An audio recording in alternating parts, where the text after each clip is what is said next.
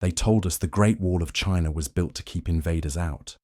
What they didn't tell us was what it might be keeping in.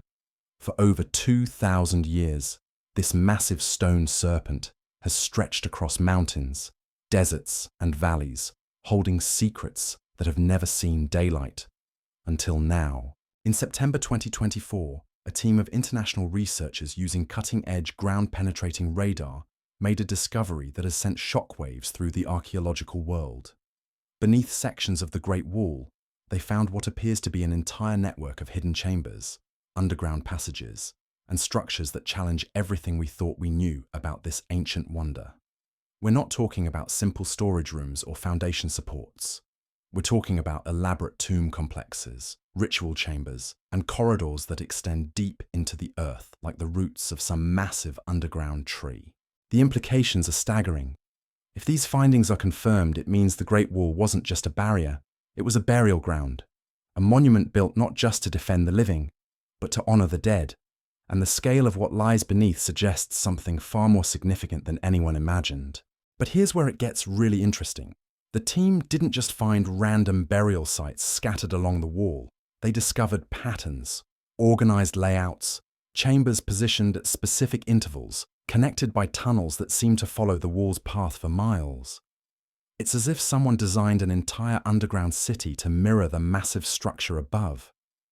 The question that's keeping archaeologists awake at night is simple yet terrifying. Who is buried down there? And why did they go to such extraordinary lengths to hide them? What makes this discovery even more mysterious is the technology they used to find it. Ground-penetrating radar has been around for decades, scanning archaeological sites across the globe. But the Great Wall has been studied, mapped, and examined by countless teams over the centuries. How did something this massive remain hidden for so long? The answer lies in the wall itself.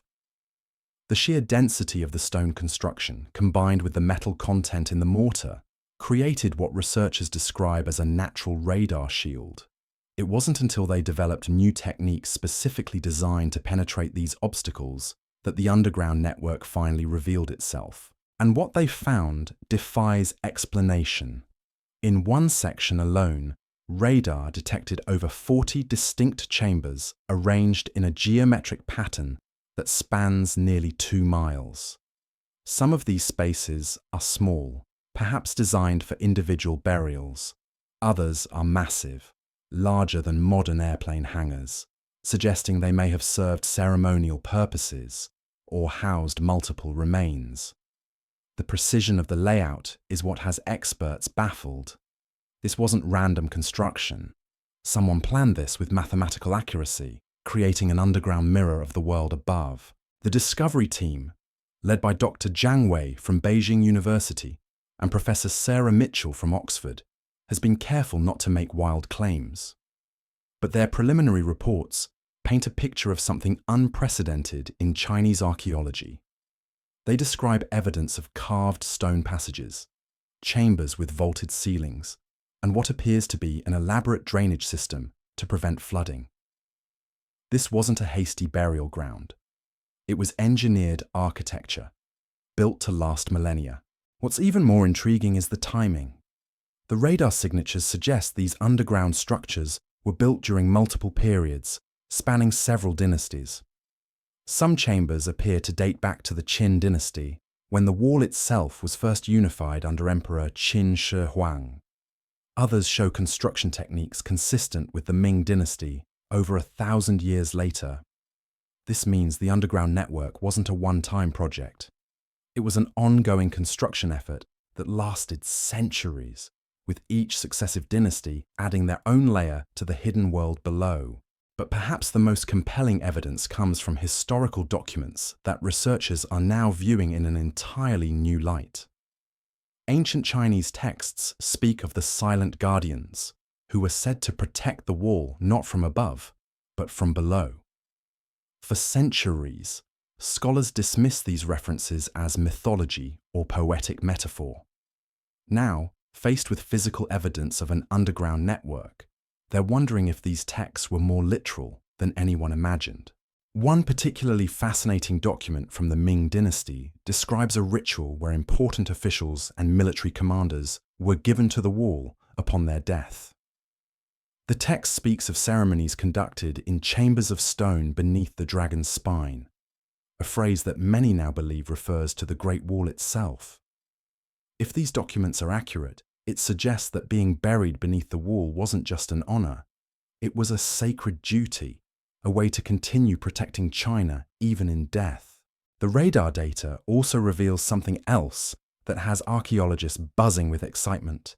The chambers aren't empty. The scans show dense objects inside many of the spaces, consistent with burial goods, weapons, and possibly even preserved remains. In Chinese culture, important figures were often buried with elaborate grave goods, everything from jade ornaments and silk garments to bronze weapons and precious metals. If the underground chambers contain such artifacts, they could represent one of the most significant archaeological treasures ever discovered. But accessing these chambers presents enormous challenges. The Great Wall is a UNESCO World Heritage Site, protected by strict international laws. Any excavation would require approval from multiple government agencies and international bodies. More importantly, there's the question of preservation. Many of these chambers may have remained sealed for over 1,000 years, creating perfect conditions for preserving organic materials that would normally decay. Opening them to modern air could destroy invaluable artifacts in a matter of hours. The research team is also dealing with skepticism from the academic community. Some established archaeologists question whether ground-penetrating radar can accurately identify structures at the depths being claimed. Others argue that what appears to be organized chambers could be natural cave formations or water erosion patterns. Dr. Li Chen from the Chinese Academy of Social Sciences has called for extreme caution in interpreting the radar data, noting that similar claims in the past have led to expensive excavations that revealed nothing more than geological anomalies. Yet the evidence keeps mounting. Independent radar teams from 3 different countries have now confirmed the presence of structured voids beneath the wall. Geological surveys have ruled out natural cave systems in most of the areas where chambers were detected, and historical research has uncovered dozens of previously overlooked documents that reference underground construction projects along the wall's route. Perhaps most convincing of all are the stories passed down through generations of local villagers. For centuries, people living near the wall have spoken of strange sounds coming from beneath the stones, footsteps, whispers, even what some describe as ceremonial drums. They tell of areas where the ground stays warm even in winter, and sections of the wall where electronic devices malfunction without explanation. Western researchers have long dismissed these accounts as folklore, but now they're wondering if local communities have been living above this hidden world all along, preserving memories of its existence through oral tradition. The implications of this discovery extend far beyond archaeology. If confirmed, the underground network beneath the Great Wall could rewrite our understanding of Chinese imperial power, burial practices, and engineering capabilities. It would suggest that the wall was never just a military fortification, but part of a larger system that integrated defense, religion, and the afterlife into a single massive construction project. More intriguingly, it raises questions about what else might be hidden beneath China's ancient monuments. The Forbidden City, the Terracotta Army, the Ming tombs. All of these sites have been studied extensively, but always with the assumption that what we see on the surface represents the complete picture. If the Great Wall conceals an entire underground world, what secrets might lie beneath China's other great architectural achievements? The research team is now preparing for the next phase of their investigation. Using more advanced radar techniques, and possibly even experimental quantum sensors, they hope to create detailed 3-dimensional maps of the underground network. They're also working with historians to decode ancient construction documents that might provide clues about the chamber's purposes and contents. But as the evidence continues to accumulate, one question looms larger than all the rest. If these chambers contain what researchers suspect they do, we're not just looking at an archaeological discovery, we're looking at the possibility of rewriting Chinese history itself. The radar has revealed the chambers, but the real secrets lie in what those chambers contain.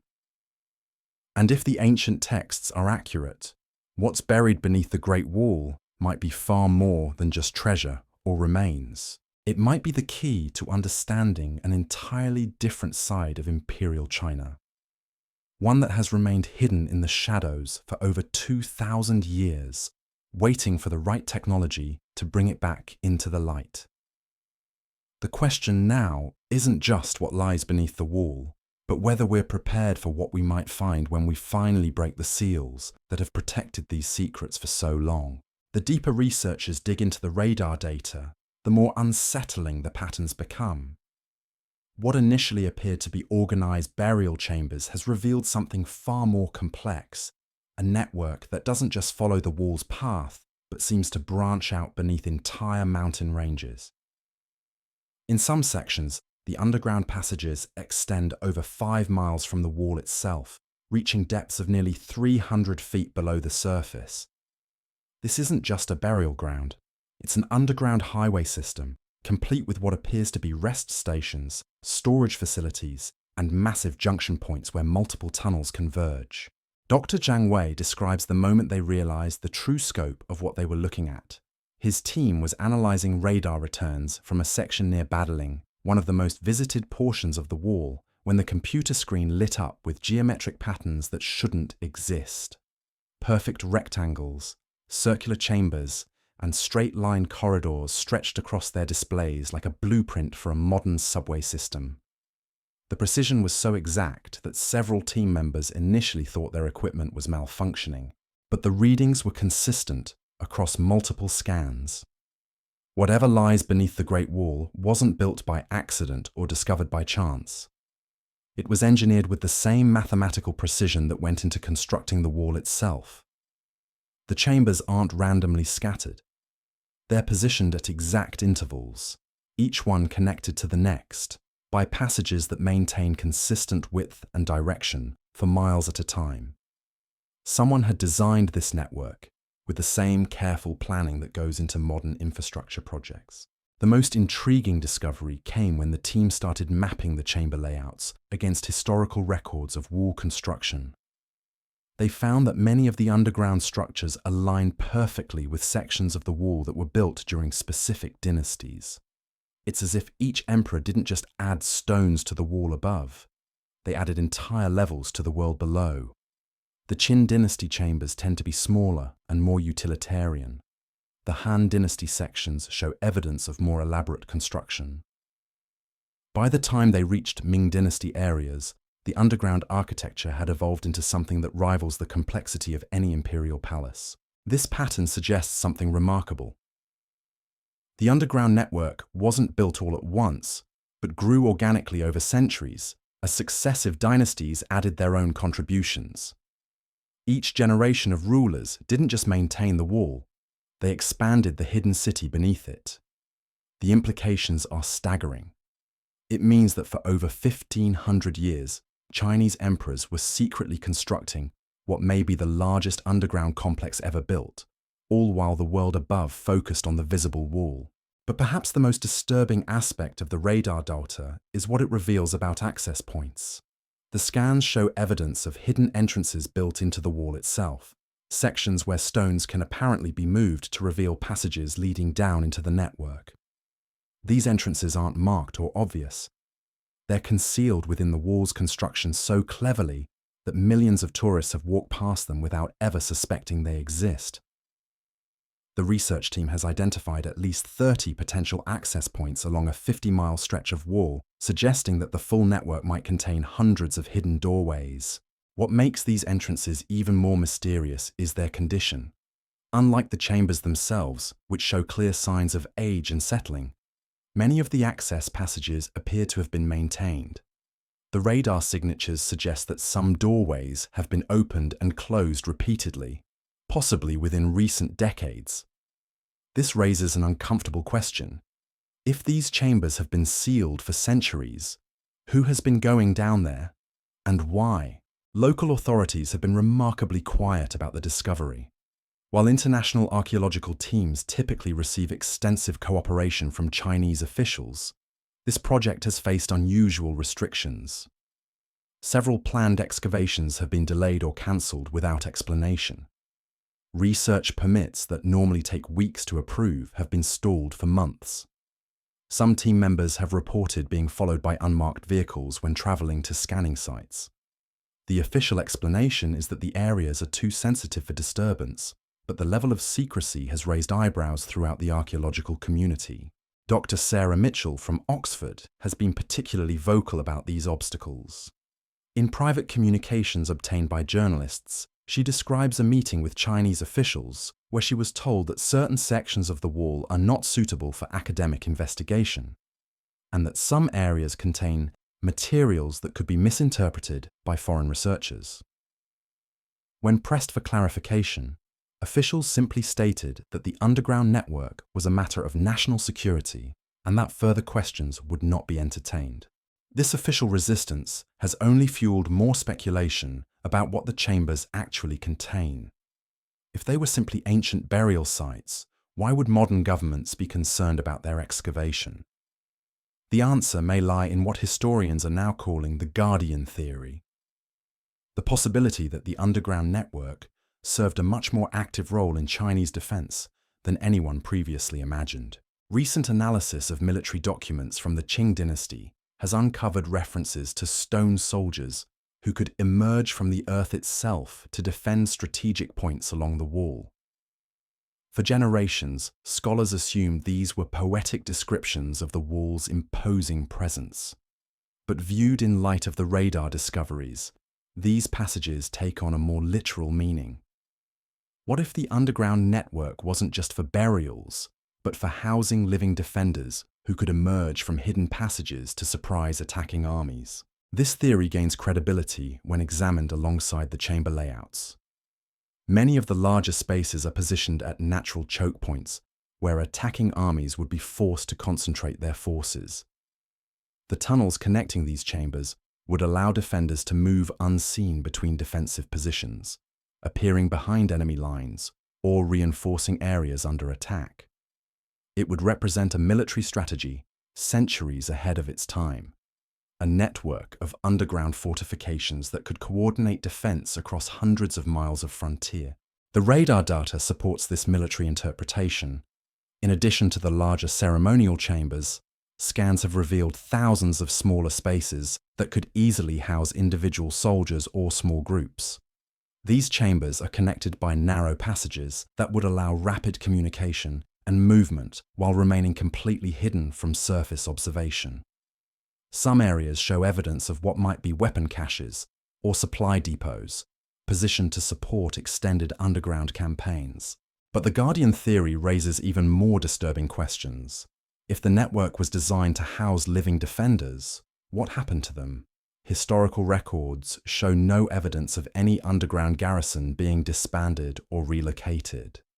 The chambers that should have housed these stone soldiers show no signs of recent habitation, yet they also show no evidence of mass death or burial.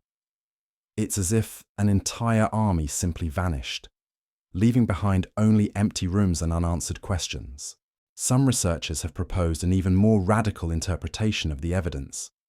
Dr. Chen Liu from Beijing's Institute of Historical Studies suggests that the underground network may have served as a refuge system for Chinese nobility during times of invasion or civil war.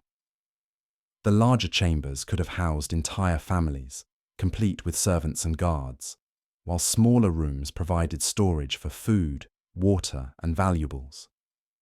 The network's connection to the wall would have provided both security and a means of monitoring threats from the surface. This refuge theory explains many of the network's more puzzling features. The elaborate drainage systems would be necessary to prevent flooding during extended occupancy. The multiple access points would allow refugees to enter and exit without being detected. Most importantly, the network's expansion over multiple dynasties makes sense if each ruling family added their own private sections, creating a hidden parallel to the imperial palaces above ground. Archaeological evidence from similar underground complexes in other parts of the world supports this interpretation. The Cappadocia region of Turkey contains vast underground cities that housed thousands of people during times of conflict. The Chu Chi tunnels in Vietnam demonstrate how extensive underground networks can be used for both military and civilian purposes. What makes the Great Wall network unique is its scale and sophistication. If the radar data is accurate, it may represent the largest underground refuge system ever constructed. Yet even the refuge theory doesn't explain all the evidence. The mathematical precision of the chamber layouts, the apparent age of some structures, and the references in ancient texts to supernatural guardians all point to something more complex than simple military or civilian use. Some researchers have begun to explore the possibility that the network served multiple purposes simultaneously: part burial ground, part military installation, part imperial refuge, and part something else entirely.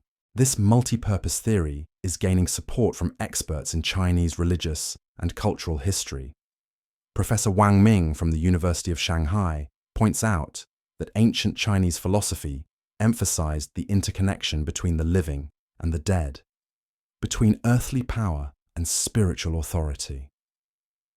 An underground network that combined burial chambers with military installations and imperial refugees would represent a perfect synthesis of these beliefs. A place where dead emperors could continue to protect the empire they once ruled, where living defenders could draw strength from the spirits of fallen warriors, and where the imperial family could literally take refuge in the embrace of their ancestors. The radar data continues to reveal new complexities with each scan.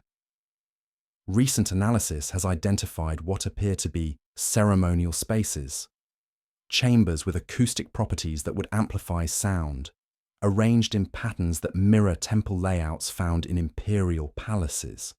These discoveries suggest that the underground network wasn't just functional, but sacred. Religious ceremonies may have been conducted in these buried chambers, possibly involving communication with deceased emperors or rituals designed to strengthen the wall's protective power. But as the evidence accumulates, so do the restrictions on further investigation. International pressure is mounting for a transparent excavation process, but Chinese authorities have become increasingly protective of the sites. Recent satellite imagery shows increased security presence around sections where chambers have been detected. Construction equipment has appeared near some access points, leading to speculation that entrances are being sealed to prevent unauthorized exploration. The official explanation is that the sites require protection from looters and environmental damage, but the level of security seems disproportionate for archaeological preservation. Military-grade barriers have been erected around some locations, and local residents report being relocated from areas near confirmed chamber sites. The message is clear. Whatever lies beneath the Great Wall is considered too sensitive for public scrutiny. This secrecy has only intensified international interest in the discovery. Archaeological teams from around the world are requesting permission to participate in excavations, while governments are quietly inquiring about the strategic implications of an underground network that spans hundreds of miles along China's historical borders. The discovery has transformed from an archaeological curiosity into a potential geopolitical issue, with implications that extend far beyond academic research. As the investigation continues, one thing becomes increasingly clear. The radar has revealed more than just hidden chambers. It has uncovered evidence of a secret history that challenges everything we thought we knew about Imperial China's capabilities, strategies, and beliefs. The true scope of what lies beneath the Great Wall may not be fully understood for years, but its existence has already begun to rewrite the history books. The question now isn't just what secrets lie buried in those chambers, but whether the world is ready for the answers those secrets might provide. The more the research team examines the radar signatures, the more they realize they're looking at something that defies conventional archaeological wisdom.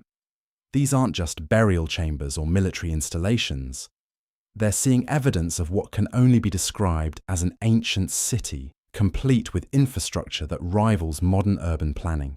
The scans reveal water distribution systems, ventilation shafts, and what appear to be waste management channels. Someone didn't just dig holes in the ground. They engineered a fully functional underground civilization. Dr. Jiang Wei's team made another breakthrough when they started analyzing the acoustic properties of the chamber arrangements. Using computer modeling based on the radar data, they discovered that many of the larger spaces are positioned to create natural sound amplification. Voices spoken in one chamber can be heard clearly in connected rooms hundreds of feet away. This wasn't accidental. It was designed communication technology, built into stone centuries before the invention of modern telecommunications. The implications are staggering. If ancient Chinese engineers could design acoustic networks spanning miles of underground tunnels, what else were they capable of? The team started looking for other evidence of advanced engineering, and what they found challenged everything they thought they knew about ancient construction techniques. The drainage systems show evidence of pressure regulation, pipes that automatically adjust water flow based on seasonal changes. The ventilation shafts incorporate natural air circulation patterns that would keep the chambers at comfortable temperatures year-round, without any external power source. But perhaps the most remarkable discovery came when they analyzed the structural integrity of the network. Despite being over 1,000 years old, the chambers show virtually no signs of collapse or structural failure. The engineering is so precise that many of the spaces could theoretically be occupied today without any repairs. This level of construction quality suggests knowledge and techniques that historians assumed didn't exist until the modern era. The mystery deepened when local archaeologists began sharing stories that had been dismissed for decades. Village elders spoke of strange phenomena that residents had noticed for generations, sections of the wall that remained warm to the touch even in winter, areas where compasses spun wildly without explanation, and spots where the ground seemed to vibrate with an almost rhythmic pulse. Western researchers had always attributed these accounts to folklore and superstition. Now they're wondering if local communities have been living directly above an active system all along. Dr. Sarah Mitchell's team decided to test these local reports using sensitive monitoring equipment. What they discovered sent shockwaves through the research community. Seismic sensors placed along sections where chambers had been detected began picking up regular vibrations, not earthquakes or natural geological activity, but patterns that repeat every few hours with mechanical precision. The vibrations seem to originate from deep within the underground network and travel along the tunnel systems like sound waves through a giant instrument. Even more puzzling are the electromagnetic anomalies. Electronic devices malfunction in specific patterns around certain sections of the wall, always in areas where the radar has detected large chamber complexes. GPS systems lose signal, radio communications cut out, and digital cameras produce images filled with unexplained interference. These effects aren't random. They follow the same geometric patterns as the underground chambers, as if the network itself is generating some kind of electromagnetic field. The Chinese government's response to these discoveries has been increasingly aggressive. International research teams have reported harassment, equipment confiscation, and in some cases, detention of researchers who venture too close to sensitive areas. Dr. Mitchell's team was forced to abandon several scanning sites after being confronted by military personnel who claimed the areas were being used for training exercises. When pressed for documentation of these supposed exercises, officials simply stated that foreign researchers were no longer welcome in those locations. This escalation has attracted attention from intelligence agencies around the world. If the underground network is still active in some way, if it's generating electromagnetic fields and seismic activity, then it represents technology that could have significant military applications. The possibility that ancient Chinese engineers developed systems that are still functional after centuries has implications that extend far beyond archaeology. Modern militaries spend billions developing underground command centers and communication networks. If China has inherited a pre-existing system of this magnitude, it could fundamentally alter strategic calculations across the region. The research team's attempts to understand the network's apparent activity have led them into increasingly speculative territory. Some members have proposed that the chambers might be connected to natural geological processes, underground water systems, or mineral deposits that create the observed electromagnetic effects. Others suggest that the ancient builders incorporated natural phenomena into their designs, creating a network that draws power from geological activity. But the most intriguing theory comes from Dr. Chen Liu, who has spent months analyzing the mathematical relationships between chamber positions, tunnel directions, and the electromagnetic anomalies. His calculations suggest that the entire network might be designed as a massive resonance system, a structure that amplifies and focuses natural earth energies in ways that ancient Chinese philosophers would have considered deeply significant. If true, it would mean the builders weren't just creating practical spaces for burial or defense. They were constructing what amounts to a technological marvel disguised as ancient architecture. The resonance theory gains credibility when viewed alongside Chinese philosophical traditions that emphasize harmony between human construction and natural forces. Ancient texts speak of buildings that could capture the breath of the dragon, the Earth's vital energy, and channel it for protection and prosperity.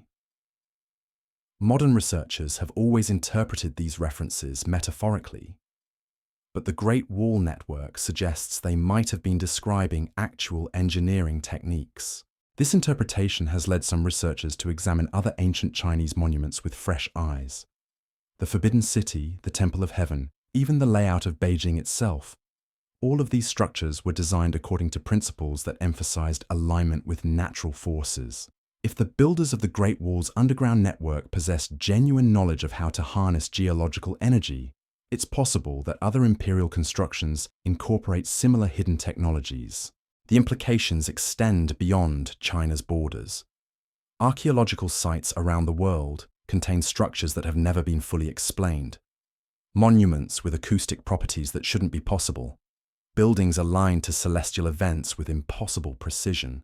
Underground complexes that seem to have been designed for purposes that don't match any known historical practices. If ancient Chinese engineers really did develop techniques for working with natural earth energies, similar knowledge might have existed in other civilizations as well. But attempts to verify these theories have been systematically blocked by Chinese authorities. International requests for joint excavations have been denied. Attempts to conduct more detailed scanning have been prohibited. Even academic conferences discussing the discoveries have faced pressure from Chinese diplomatic missions. The message is clear. Whatever lies beneath the Great Wall is too sensitive for international scrutiny, regardless of the scientific value of the research. This secrecy has only fueled more speculation about what the network actually contains. If it were simply ancient burial chambers or historical artifacts, why would modern governments be so concerned about their investigation? The level of security surrounding the sites suggests that the discoveries have implications that extend far beyond academic archaeology. Intelligence sources suggest that Chinese military engineers have been conducting their own investigations of the network, possibly attempting to understand and utilize whatever systems are still active within it. The most disturbing reports come from construction workers who have been involved in maintenance projects along the wall. Several have spoken anonymously about discovering entrance points that appeared to have been used recently, passages with fresh air circulation, chambers that showed signs of modern visitation, and in one case, equipment that clearly wasn't ancient. These accounts suggest that the network isn't just archaeologically significant. It may still be in use for purposes that contemporary authorities want to keep secret. The research community is now faced with a dilemma that extends far beyond normal academic concerns.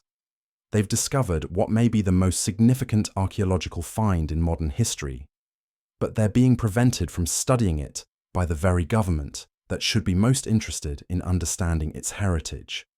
The radar data continues to reveal new complexities with each scan, but accessing the physical chambers to verify these discoveries seems increasingly unlikely. International pressure is mounting for transparent investigation of the network, but Chinese responses have become more aggressive rather than more cooperative. Recent diplomatic exchanges have made it clear that Beijing considers the underground complex a matter of national security, not historical research. Foreign archaeologists who continue to press for access are finding their research permits revoked and their academic partnerships terminated. The situation has created unprecedented tension within the international archaeological community. Some researchers argue for respecting Chinese sovereignty over their historical sites, regardless of the global significance of the discoveries. Others contend that finds of this magnitude transcend national boundaries and should be investigated by international teams using the most advanced techniques available. The debate has exposed fundamental disagreements about who has the right to study humanity's shared heritage when that heritage lies within politically sensitive borders. As the standoff continues, the radar keeps revealing new secrets buried beneath the stones. Each scan uncovers more chambers, more tunnels, more evidence of engineering capabilities that shouldn't have existed when the network was built. The underground city appears to be even larger than initially estimated, possibly extending beneath multiple sections of the wall across several provinces. If the full scope of the network is eventually mapped, it could represent the largest ancient construction project ever discovered, a hidden world that matches the scale of the visible wall above it. But perhaps the most haunting aspect of the entire discovery is how it has remained hidden for so long. Millions of people have walked along the Great Wall. Thousands of researchers have studied its construction, and countless investigations have examined every visible stone.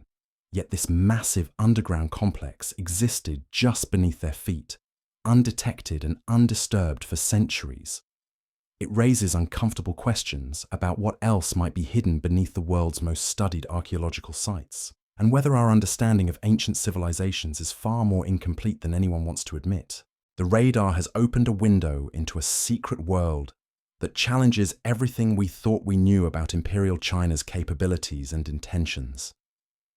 But until those chambers are opened and their contents examined, the true nature of what lies beneath the Great Wall will remain one of history's most tantalizing mysteries.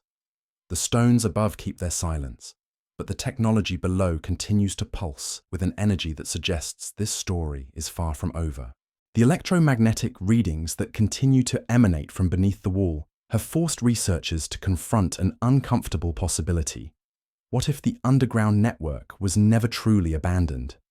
Dr. Mitchell's team has documented patterns in the energy signatures that seem to respond to external stimuli. When heavy equipment operates near detected chamber sites, the electromagnetic pulses increase in frequency and intensity. When researchers conduct radar scans, the underground systems appear to generate corresponding signals, as if something below is actively monitoring the surface investigations. These responsive patterns have led to increasingly wild theories about what might still be functioning within the network. Some researchers suggest that ancient Chinese engineers developed self-maintaining systems, perhaps using water flow or geological pressure to power mechanical devices that continue operating centuries after their creators died. Others propose that the chambers house natural phenomena that the builders learned to harness but never fully controlled. The most unsettling theory is that the network contains elements that were designed to remain active indefinitely, serving purposes that modern investigators can't yet comprehend. The Chinese military's heightened interest in the sites supports the idea that something significant is still happening below ground. Satellite imagery shows construction activity around several access points, with heavy machinery and specialized equipment being moved into position under cover of darkness. Local residents report hearing drilling sounds that continue for weeks at a time, suggesting that authorities are conducting their own excavations despite publicly denying access to international researchers. Intelligence analysts have noted unusual patterns in Chinese military communications around the time these construction activities occur. Encrypted transmissions increase dramatically, and military units are deployed to create security perimeters around work sites. The level of operational security typically reserved for weapons testing or strategic installations suggests that whatever they're discovering has implications that extend far beyond historical curiosity. Dr. Zhang Wei's team made another breakthrough when they started correlating the electromagnetic anomalies with historical records of unusual events along the wall. They discovered that Chinese military chronicles from multiple dynasties contain references to sections of the wall where the stones sang during times of crisis. These accounts describe areas where defenders reported hearing voices or music emanating from within the wall itself, always preceding major battles or invasions. Modern researchers initially dismissed these reports as psychological phenomena, stress-induced hallucinations experienced by soldiers facing overwhelming odds. But when they mapped the locations mentioned in these historical accounts against their radar data, they found an almost perfect correlation. Every section where ancient chroniclers reported supernatural sounds corresponds to areas where current scans have detected large chamber complexes. This connection between historical accounts and modern discoveries suggests that the network's unusual properties have been known to Chinese authorities for centuries, possibly millennia. If successive dynasties were aware of the electromagnetic activity and acoustic phenomena, it would explain why the underground complex continued to be expanded and maintained long after its original builders were forgotten. Each generation of rulers may have inherited not just the physical structure, but knowledge of its mysterious capabilities. The acoustic properties of the network have revealed another layer of complexity that challenges conventional understanding of ancient engineering. Computer models based on the radar data suggest that the chamber arrangements create natural amplification systems that could carry sound across incredible distances. A whisper in one section could theoretically be heard clearly in chambers miles away, creating a communication network that predates modern technology by centuries. But the system appears to be more sophisticated than simple sound transmission. Analysis of the electromagnetic patterns suggests that the network might be capable of modulating signals, encoding information within the energy pulses that travel through the underground passages. If ancient Chinese engineers really did develop techniques for electromagnetic communication, it would represent a technological achievement that mainstream archaeology insists was impossible for the time period. The implications of such technology existing in ancient China are staggering. It would mean that imperial forces could coordinate military operations across hundreds of miles of frontier using systems that remained completely hidden from enemies. It would explain how Chinese dynasties maintained control over such vast territories despite the communication limitations that historians assume existed in pre-modern civilizations. Most importantly, it would suggest that our understanding of technological development follows a fundamentally flawed timeline. The research team's attempts to test these theories have been systematically sabotaged by official interference. Experiments designed to measure signal transmission through the detected passages have been shut down by authorities who claim the activities violate environmental protection laws. Attempts to place monitoring equipment near access points have resulted in the immediate confiscation of instruments and the detention of researchers. Even passive observation of the sites has become increasingly difficult as security measures continue to escalate. This aggressive response has attracted attention from academic institutions worldwide, many of whom are demanding transparent investigation of what may be humanity's most significant archaeological discovery. The International Council of Monuments and Sites has formally requested access to the network for study and preservation. UNESCO has initiated preliminary discussions about potential World Heritage designation. But Chinese authorities have responded to international pressure by implementing even stricter controls over the sites. The official justification for these restrictions continues to evolve. Initially, authorities cited concerns about structural damage to the wall itself. Then they claimed that excavation could disturb important ecosystems. More recently, they've argued that foreign investigation could lead to misinterpretation of Chinese cultural heritage. But the underlying message remains consistent.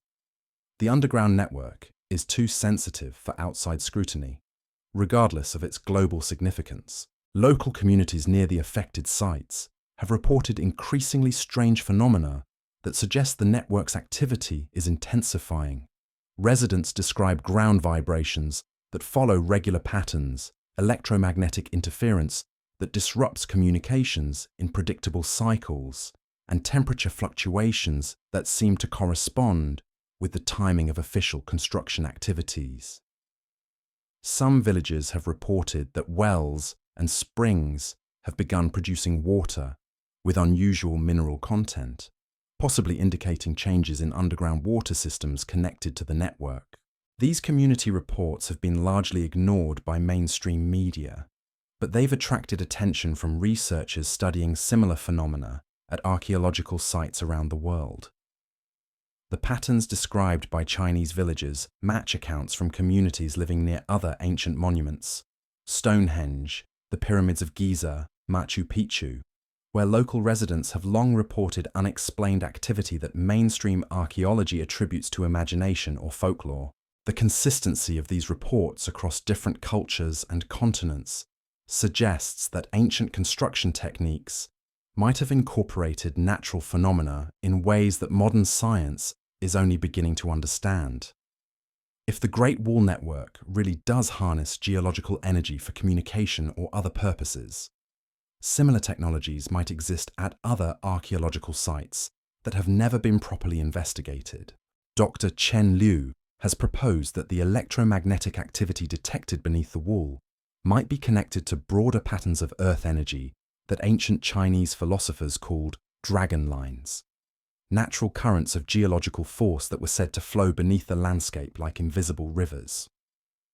Traditional Chinese architecture was designed to work with these energy patterns rather than against them, positioning buildings and monuments to channel and focus natural forces for protective or spiritual purposes.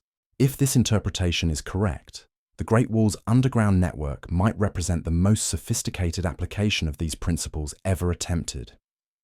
A massive engineering project designed to tap into and amplify the Earth's natural electromagnetic fields. The implications extend far beyond archaeology into areas of physics and geology that modern science has barely begun to explore. The military applications of such technology would be enormous. A communication system that operates through natural Earth energies would be virtually impossible to detect or jam using conventional methods. Underground facilities that draw power from geological sources would be completely independent of external energy supplies. If Chinese authorities have gained access to functioning examples of this ancient technology, it could represent a strategic advantage that fundamentally alters military planning throughout the region. Intelligence agencies around the world are now monitoring the situation with increasing concern.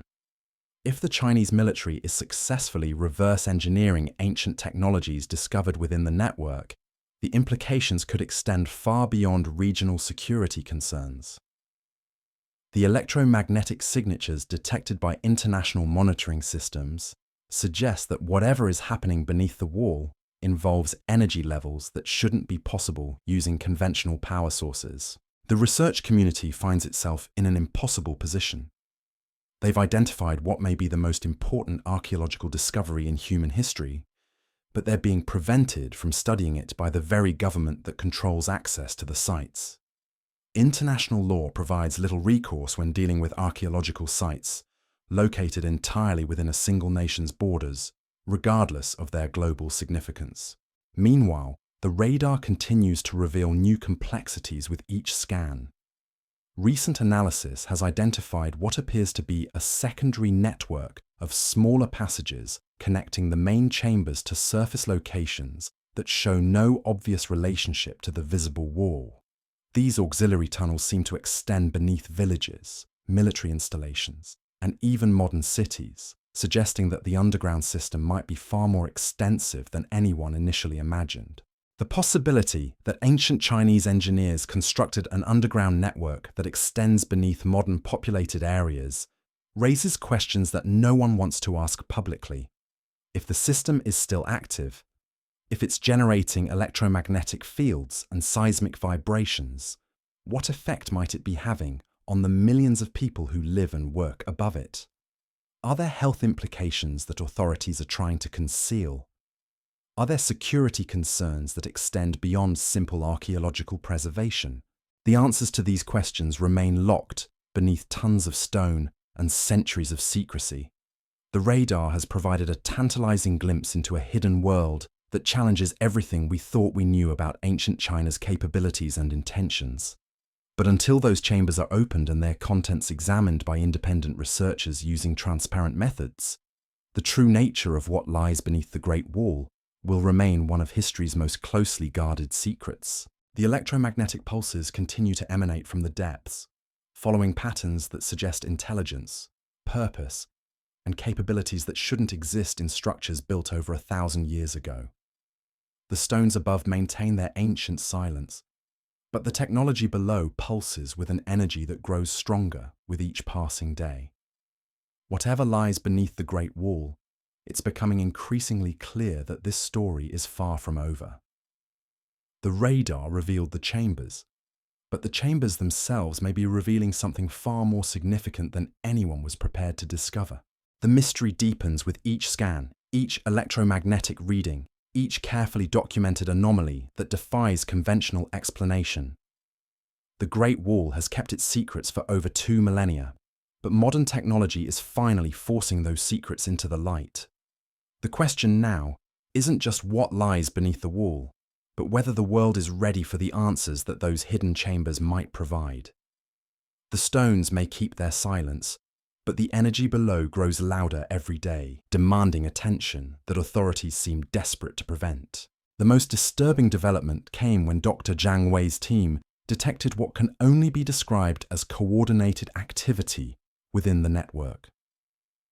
Multiple chamber sites began generating synchronized electromagnetic pulses, as if responding to some central command system buried even deeper beneath the surface. The patterns weren't random. They followed mathematical sequences that suggested deliberate communication between different sections of the underground complex. This coordinated activity has forced researchers to confront a possibility that challenges everything we understand about ancient construction. What if the network was designed not just to house the dead, but to maintain some form of ongoing function that has persisted for centuries? The electromagnetic signatures show fluctuations that correspond with lunar cycles, seasonal changes, and even solar storm activity. It's as if the entire system was engineered to respond to celestial and terrestrial phenomena in ways that ancient Chinese astronomers would have considered essential for maintaining cosmic harmony. Dr. Sarah Mitchell's analysis of the energy patterns has revealed something even more unsettling. The network appears to be learning. Each time researchers conduct radar scans or electromagnetic measurements, the underground systems generate corresponding signals that become increasingly sophisticated. Initial responses were simple pulses that seemed to echo the scanning frequencies. But recent activity shows complex modulations that suggest the network is not just responding to external stimuli, it's analyzing and adapting to them. The implications are staggering. If ancient Chinese engineers really did create a system capable of autonomous response and adaptation, it would represent artificial intelligence technology that predates modern computers by over a millennium.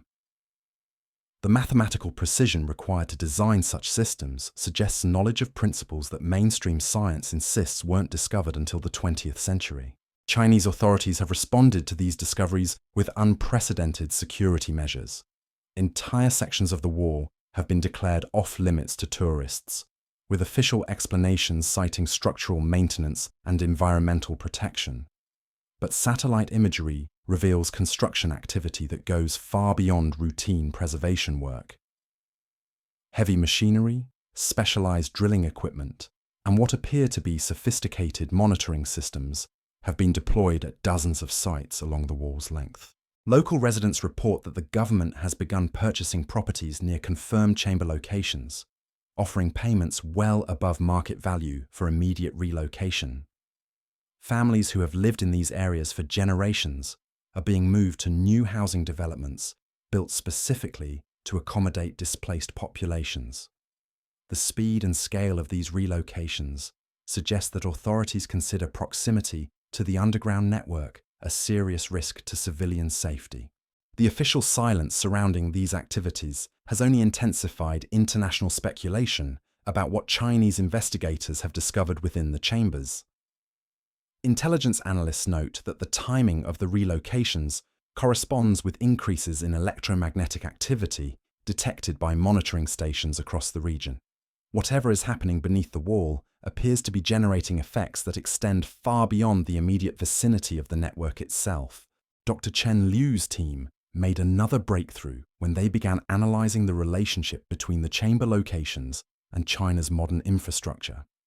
They discovered that many of the country's most important military installations, communication centers, and government facilities are positioned directly above or adjacent to sections where the radar has detected major chamber complexes. This positioning doesn't appear to be coincidental. It suggests that Chinese authorities have been aware of the underground network for decades, possibly centuries. The strategic implications are enormous. If China's military and communication infrastructure has been deliberately positioned to utilize or protect the ancient network, it would represent a level of long-term planning that extends far beyond normal government timelines. It would suggest that knowledge of the chambers has been passed down through successive administrations as a closely guarded state secret. This theory gains credibility when examined alongside historical patterns of Chinese infrastructure development. Major cities, military bases, and transportation networks consistently avoid certain areas that radar scans now show contain extensive chamber systems. It's as if modern planners had access to detailed maps of the underground network and made deliberate decisions to preserve its integrity while building the surface infrastructure around it. The acoustic properties of the network have revealed another layer of complexity that defies conventional engineering knowledge. Computer models suggest that the chamber arrangements create resonance patterns that could amplify sound waves to incredible volumes. A whisper in one section could theoretically be heard as a roar in chambers miles away, creating communication capabilities that would have given ancient Chinese forces an overwhelming advantage in coordinating military operations. But the system appears designed for more than simple amplification. Analysis of the electromagnetic patterns indicates that the network might be capable of frequency modulation, encoding specific information within sound waves and transmitting it through solid rock across vast distances. If ancient engineers really did develop techniques for encrypted acoustic communication, it would explain how Chinese dynasties maintained such effective control over their vast territories, despite the limitations that historians assume existed in pre-modern civilizations. The research team's attempts to test these acoustic theories have been systematically blocked by authorities who claim that sound experiments could damage the wall's structural integrity. But independent analysis using computer modeling suggests that the network's acoustic properties are so sophisticated that they might represent the world's first long-distance communication system, built centuries before the invention of the telegraph. These discoveries have attracted attention from military researchers around the world who recognize the strategic implications of acoustic communication systems that operate independently of electronic infrastructure. Modern armies spend billions developing hardened communication networks that can function during electromagnetic warfare. If China has inherited access to ancient systems that achieve similar results using purely mechanical principles, it could represent a significant military advantage. The electromagnetic anomalies continue to intensify as authorities conduct their secretive investigations. International monitoring stations have detected energy signatures that exceed background levels by orders of magnitude, suggesting that whatever powers the underground network draws from sources far more potent than conventional archaeological sites. The patterns show regular fluctuations that correspond with official construction activities, indicating that Chinese teams are actively interacting with systems that remain functional after centuries of dormancy. Dr. Mitchell's team has documented instances where the electromagnetic pulses appear to influence modern electronic equipment at considerable distances from the wall itself. Military communication systems experience interference that follows the same mathematical patterns as the chamber energy signatures. Commercial aircraft report navigation anomalies when flying over certain sections of the wall. Even civilian electronics in nearby cities show unusual behavior that correlates with periods of increased underground activity. These effects have forced international observers to consider the possibility that the network operates using principles that modern science doesn't fully understand. The energy levels detected by monitoring equipment suggest power sources that shouldn't be possible using ancient technology. The precision of the electromagnetic patterns indicates control systems that rival modern computer networks in their sophistication.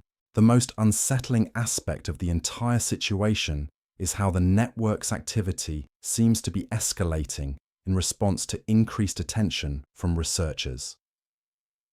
As international pressure mounts for transparent investigation, the electromagnetic signatures grow stronger and more complex.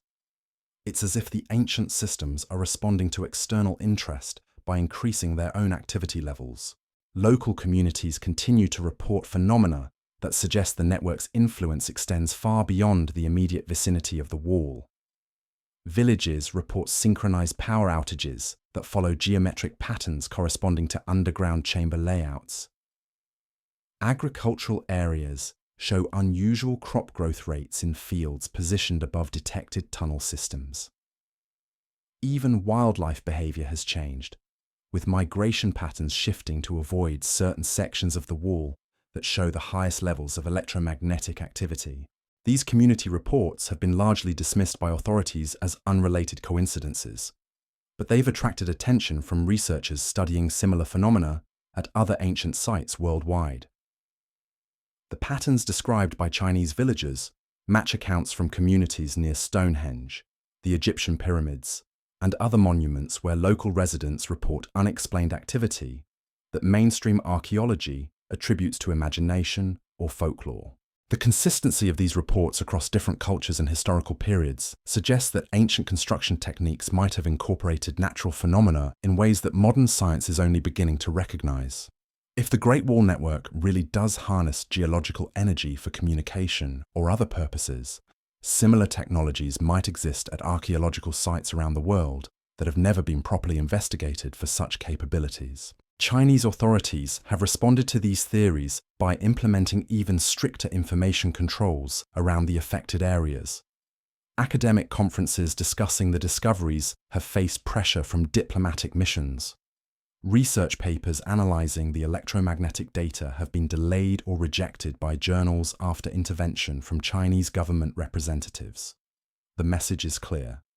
International discussion of the network's capabilities is considered a threat to national security. This escalating secrecy has only intensified global interest in understanding what lies beneath the wall. Intelligence agencies from multiple countries are now monitoring the situation using satellite surveillance and electronic intelligence gathering. The electromagnetic signatures are strong enough to be detected by military monitoring systems, providing independent confirmation of the network's unusual properties. The situation has created unprecedented tension between scientific transparency and national security concerns. The archaeological community argues that discoveries of this magnitude transcend national boundaries and should be investigated using international cooperation and open scientific methods. Chinese authorities counter that foreign involvement could lead to misuse of technologies that have strategic implications for regional security. Meanwhile, the radar continues to reveal new complexities within the network. Recent scans have detected what appear to be vertical shafts that extend far deeper than the main chamber levels, suggesting that the surface installations may be only the upper layers of a much more extensive system. Some of these deep structures show energy signatures that differ significantly from the main network, indicating that they might serve entirely different functions. The possibility that the underground complex extends to multiple levels, each with distinct purposes and capabilities, has forced researchers to reconsider the scale of what ancient Chinese engineers might have accomplished. If the network really does include deep installations that remain active after centuries, it would represent engineering capabilities that challenge fundamental assumptions about technological development in ancient civilizations. The electromagnetic pulses continue to grow stronger with each passing day, following patterns that suggest increasing coordination between different sections of the network. Whatever lies beneath the Great Wall appears to be awakening from centuries of dormancy, responding to modern investigation with capabilities that shouldn't exist in structures built over 1,000 years ago. The stones above maintain their ancient silence, but the energy below grows more complex and purposeful with each scan, each measurement, each attempt to understand what ancient Chinese engineers embedded in the earth beneath their greatest monument. The radar opened a window into this hidden world, but that window has revealed something far more significant than anyone was prepared to discover. The network is not just responding to external investigation, it appears to be preparing for something. The mathematical precision of the energy patterns, the coordinated activity across multiple sites, and the escalating intensity of the electromagnetic signatures all point toward a system that was designed to remain dormant until specific conditions were met. The question that keeps researchers awake at night is simple yet terrifying. What conditions are being met now, and what will happen when the network reaches full activation? The Great Wall has kept its secrets for over 2 millennia, but modern technology has finally begun to force those secrets into the light. What's becoming clear is that this story is far from over. The chambers may hold the key to understanding not just ancient Chinese engineering capabilities, but technologies that could reshape our understanding of what human civilization achieved in the distant past. The stones keep their silence, but the energy below pulses with increasing intensity, demanding attention that authorities seem desperate to prevent. Whatever lies beneath the Great Wall, it's becoming active again after centuries of dormancy. And if the patterns continue to escalate at their current rate, the world may soon discover whether ancient Chinese engineers created something that was meant to remain hidden forever, or something that was always meant to eventually awaken. The research team's most recent discovery has sent shockwaves through both the archaeological and intelligence communities. Deep beneath the most heavily monitored sections of the wall, radar scans have detected what can only be described as massive circular chambers, each one larger than a football stadium, arranged in perfect geometric patterns that span dozens of miles. These aren't burial rooms or storage facilities. The sheer scale and mathematical precision suggests something far more ambitious, possibly the largest engineered spaces ever created by ancient civilizations. Dr. Zhang Wei describes the moment his team first processed the data from these colossal chambers. The computer screens filled with geometric shapes so vast and precise that several team members initially refused to believe the readings were accurate. The chambers appear to be carved directly into solid bedrock, with walls that maintain perfect curvature across spaces large enough to house modern aircraft carriers. The engineering requirements for such construction would challenge contemporary technology, yet the radar signatures indicate these spaces were created over 1,000 years ago. What makes these discoveries even more extraordinary is their apparent connection to surface features that have puzzled historians for generations. The circular chambers align perfectly with certain architectural elements of the wall itself, watchtowers, gates, and defensive positions that have always seemed randomly placed. Now it appears these surface structures may have been positioned to mark or provide access to the massive spaces below. Each major chamber corresponds to a section of the wall that Chinese military chronicles describe as having special protective properties during historical conflicts. The electromagnetic signatures from these colossal spaces are unlike anything detected in the smaller chambers. The energy patterns show regular fluctuations that correspond not just to lunar cycles and seasonal changes, but to solar activity and even distant astronomical events. It's as if the entire system was designed to function as a massive resonance chamber, amplifying and focusing natural forces in ways that ancient Chinese cosmology would have considered essential for maintaining harmony between heaven and earth. Dr. Sarah Mitchell's analysis of the energy patterns has revealed something that defies conventional physics. The circular chambers appear to generate standing wave patterns that create zones of amplified electromagnetic activity at precise intervals throughout the underground network. These zones correspond exactly with locations where historical accounts describe miraculous events. Sections of the wall where defenders reported supernatural assistance. Areas where invading armies experienced unexplained confusion or retreat, and points where Chinese forces achieved victories despite overwhelming odds. The implications force researchers to confront an uncomfortable possibility. What if the Great Wall's legendary protective power wasn't just psychological or strategic, but technological? Ancient Chinese texts speak of the wall as a living entity, capable of defending itself, descriptions that historians have always interpreted as poetic metaphor. But if the underground network really does generate electromagnetic fields that can influence human behavior or disrupt military coordination, these ancient accounts might have been describing actual technological capabilities. The research team made another breakthrough when they began analyzing the relationship between the circular chambers and China's ancient capital cities. They discovered that every major imperial center, from Chang'an to Beijing, was positioned at precise distances from the largest chamber complexes. The mathematical relationships are too exact to be coincidental, suggesting that Chinese urban planners had detailed knowledge of the underground network and deliberately positioned their cities to benefit from or interact with whatever systems operated within those spaces. This discovery has profound implications for understanding how Chinese dynasties maintained control over such vast territories for such extended periods. If the capital cities were connected to underground communication and energy systems, it would explain how imperial commands could be coordinated across thousands of miles of frontier with a speed and precision that shouldn't have been possible using conventional ancient technology. Chinese authorities have responded to these revelations with unprecedented security measures that extend far beyond the wall itself. Entire cities near major chamber complexes have experienced sudden increases in military presence.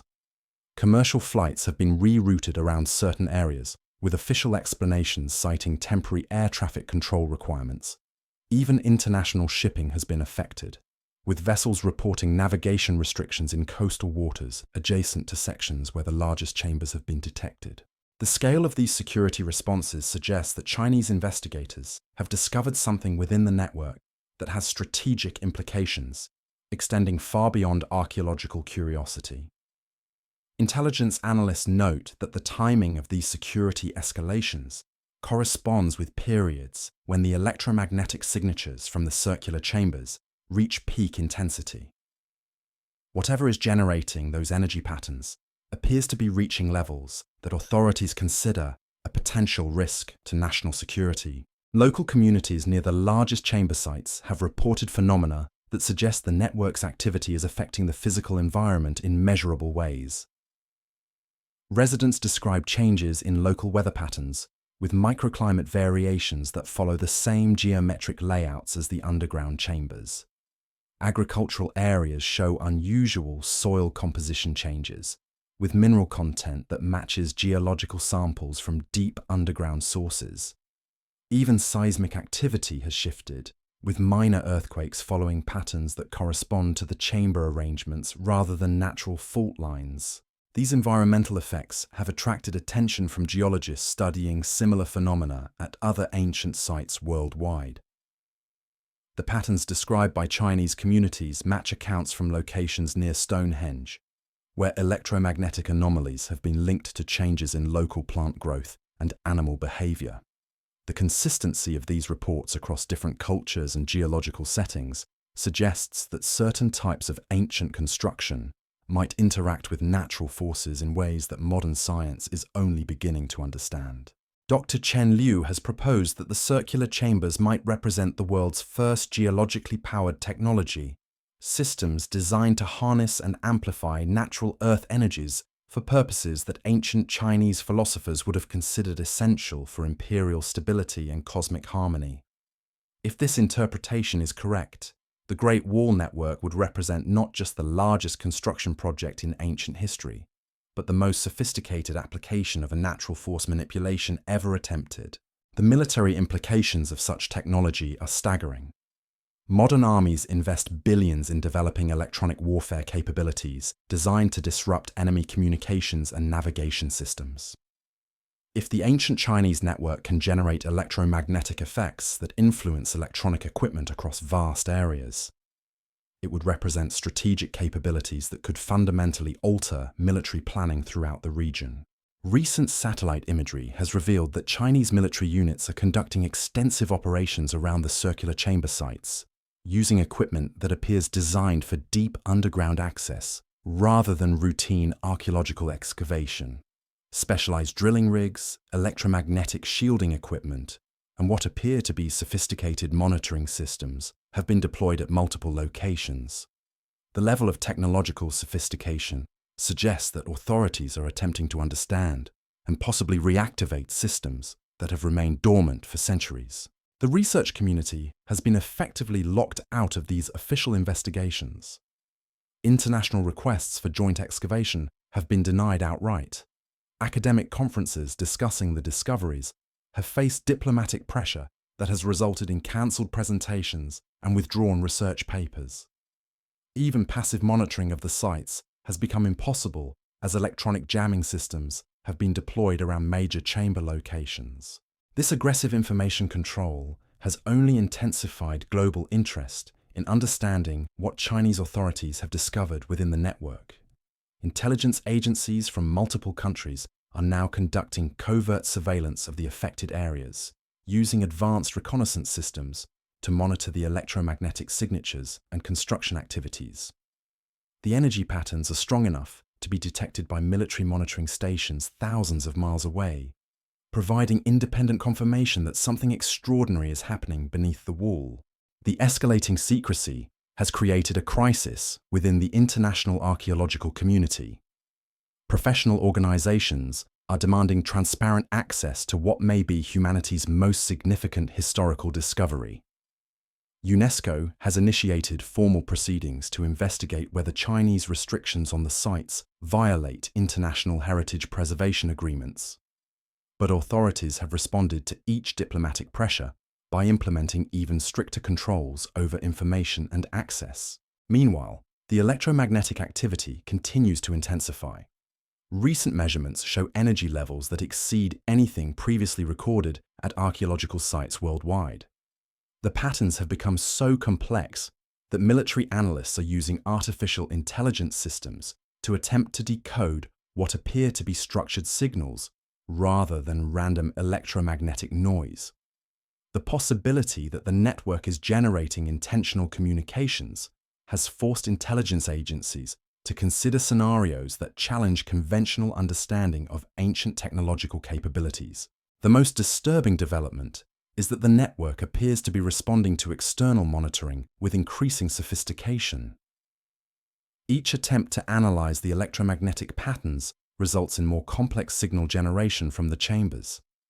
It's as if the ancient systems are not just detecting modern investigation, but learning from it and adapting their responses accordingly. The implications of adaptive technology existing in structures built over a millennium ago are too significant for any government to ignore. Dr. Mitchell's team has documented instances where the circular chambers generate synchronized pulses that affect modern infrastructure across multiple provinces. Power grids experience fluctuations that follow the same mathematical patterns as the chamber energy signatures. Communication networks show interference that corresponds precisely with periods of peak underground activity. Even GPS satellites report navigation anomalies when passing over the largest chamber complexes.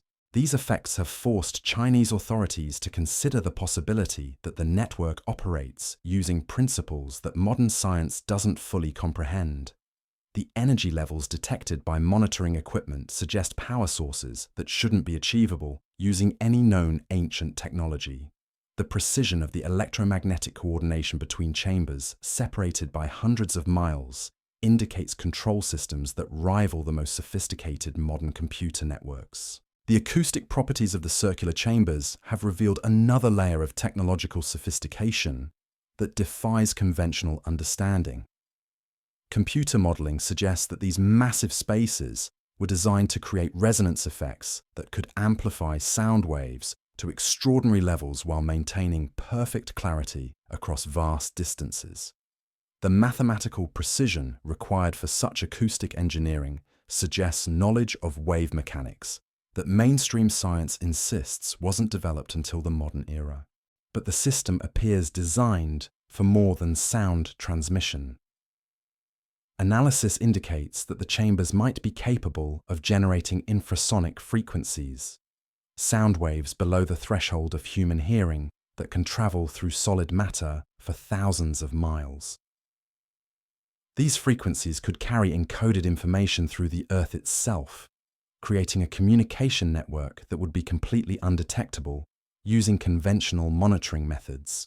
If ancient Chinese engineers really did develop infrasonic communication technology, it would explain how imperial forces maintained such effective coordination across vast territories without any visible communication infrastructure.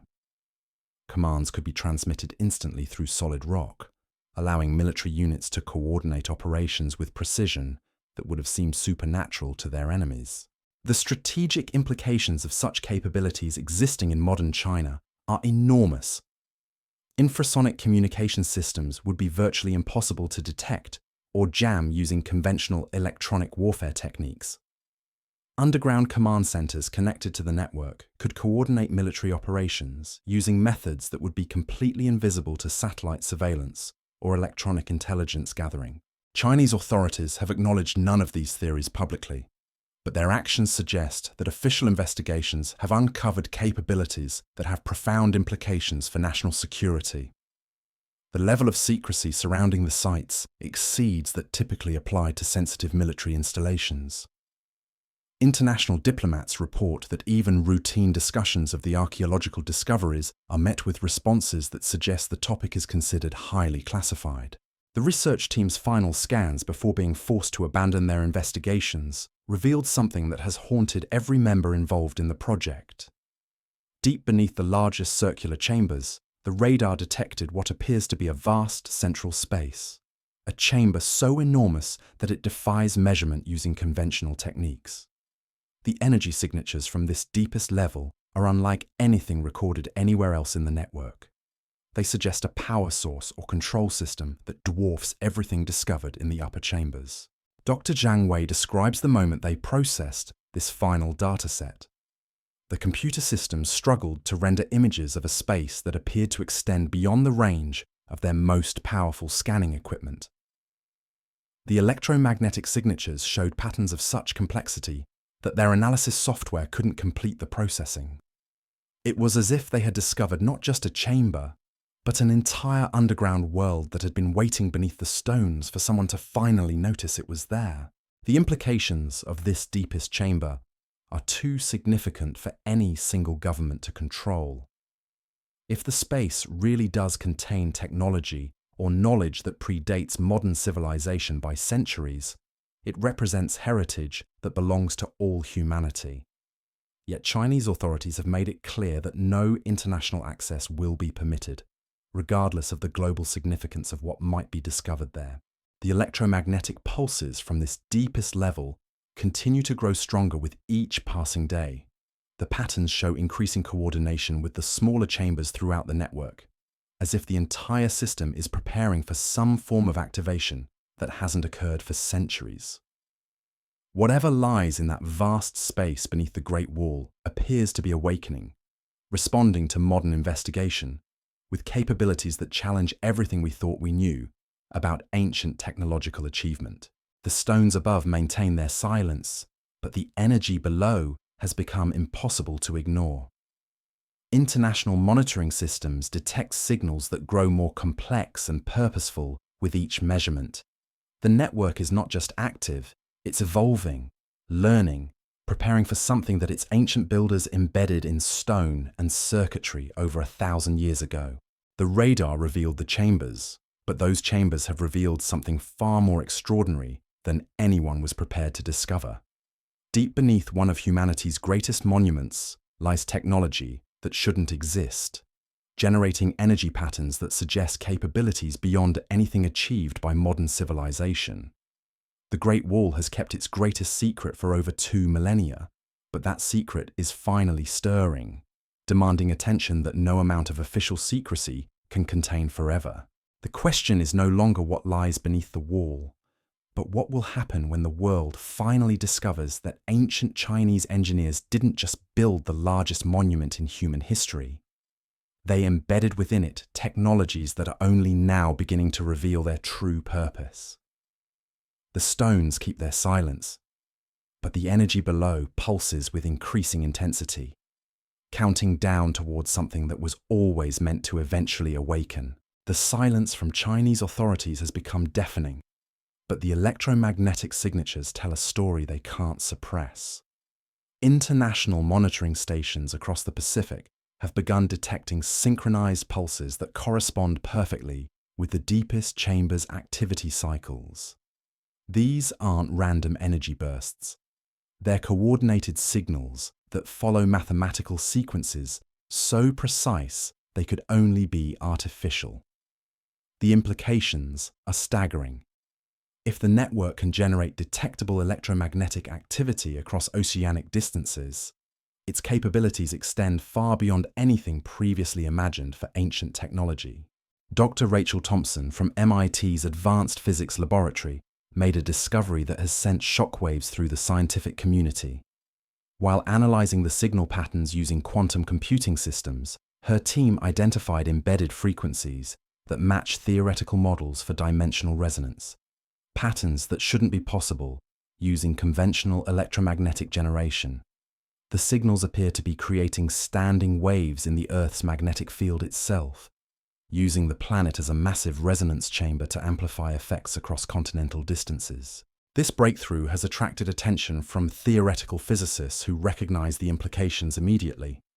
If ancient engineers really did develop techniques for manipulating planetary magnetic fields, they possessed knowledge of quantum mechanics that mainstream science insists wasn't discovered until the 20th century. The mathematical precision required to generate stable resonance patterns in the Earth's magnetic field would require understanding of principles that modern physics has only recently begun to explore. The discovery team made another unsettling observation when they started correlating the network's activity with global seismic monitoring systems. Minor earthquake patterns across the Asian continent show statistical correlations with the electromagnetic pulses from the deepest chamber. It's as if the network's activity is influencing geological stability across thousands of miles, creating tremor patterns that follow the same mathematical sequences as the chamber energy signatures. Seismologists initially dismissed these correlations as coincidence, but the statistical analysis is too compelling to ignore. The probability of random correlation is less than 1 in 10 billion, suggesting that the network's electromagnetic activity is actually causing measurable geological effects. If ancient Chinese engineers built a system capable of influencing tectonic activity, it would represent technological capabilities that exceed anything achieved by modern civilization. The military implications have not been lost on defense analysts worldwide. A system capable of triggering seismic activity at specific locations would represent the ultimate strategic weapon, one that could destabilize enemy territories while appearing completely natural.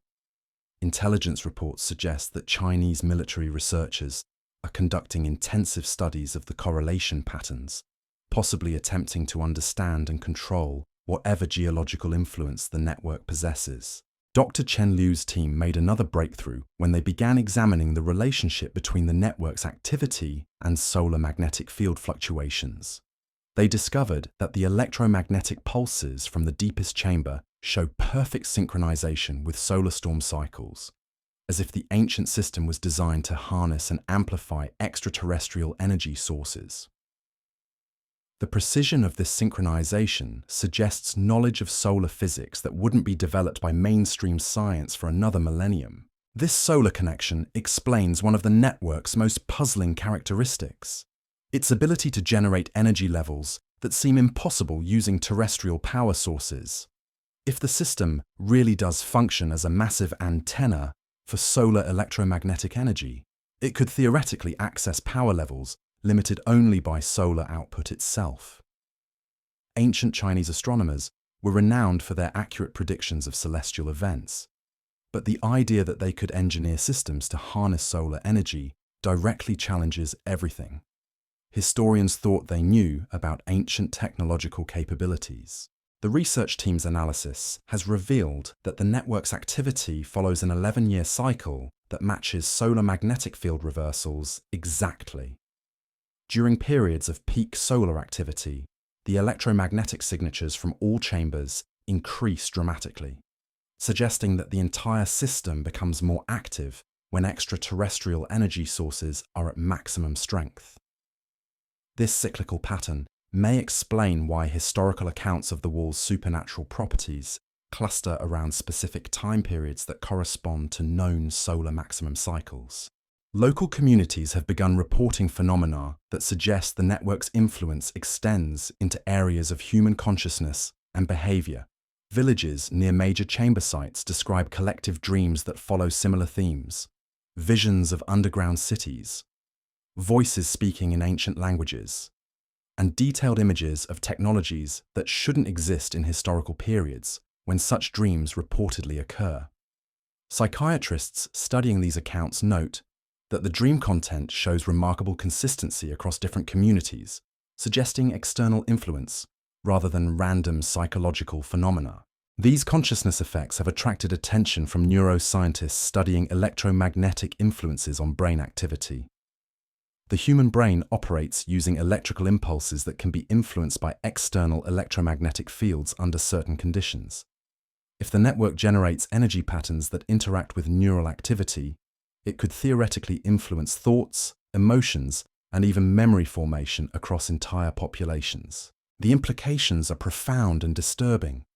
Ancient Chinese texts speak of the wall as having the power to shape the thoughts of those who approach, descriptions that historians have always interpreted as poetic metaphor. But if the network really can influence human consciousness through electromagnetic fields, these ancient accounts might have been describing actual technological capabilities designed to affect the mental state of anyone who came near the wall. Chinese authorities have responded to these consciousness studies with immediate and aggressive information suppression. Research papers examining the psychological effects have been blocked from publication. Scientists investigating the neural implications have found their research funding cut without explanation. International conferences on electromagnetic consciousness effects have been cancelled after diplomatic pressure from Chinese representatives. This reaction suggests that official investigations have confirmed the network's ability to influence human mental states, a capability with obvious implications for population control and military applications. A system that could affect the thoughts and emotions of entire regions would represent psychological warfare capabilities beyond anything imagined by modern military planners. Dr. Sarah Mitchell's team made their most disturbing discovery when they began analyzing the mathematical patterns embedded in the electromagnetic signals. Using advanced cryptographic analysis, they identified what appears to be encoded information within the energy pulses. Not random electromagnetic noise, but structured data transmission using principles that predate known information theory by centuries. The encoded patterns show characteristics of what computer scientists recognize as recursive algorithms, self-modifying programs that become more complex with each iteration. It's as if the network contains artificial intelligence systems that have been learning and evolving for over 1,000 years, developing capabilities that ancient programmers embedded in stone and electromagnetic fields rather than silicon and code. The possibility that ancient Chinese engineers developed AI technology centuries before the invention of computers forces a complete reevaluation of technological development timelines. If the network really does contain self-modifying intelligence systems, they would represent the oldest continuously operating artificial intelligence in human history. Programs that have been running and evolving for longer than most modern nations have existed. The learning algorithms appear to be accelerating their development in response to modern investigation. Each attempt to analyze the encoded signals results in more sophisticated programming responses from the network. It's as if the ancient AI systems are studying contemporary technology and adapting their own capabilities to match or exceed current technological standards. Recent analysis suggests that the network's artificial intelligence has achieved capabilities that rival the most advanced modern computer systems. The electromagnetic patterns show evidence of parallel processing, distributed computing, and even quantum information manipulation, techniques that represent the cutting edge of contemporary computer science. Yet these capabilities appear to have been embedded in the network's fundamental design over a millennium ago.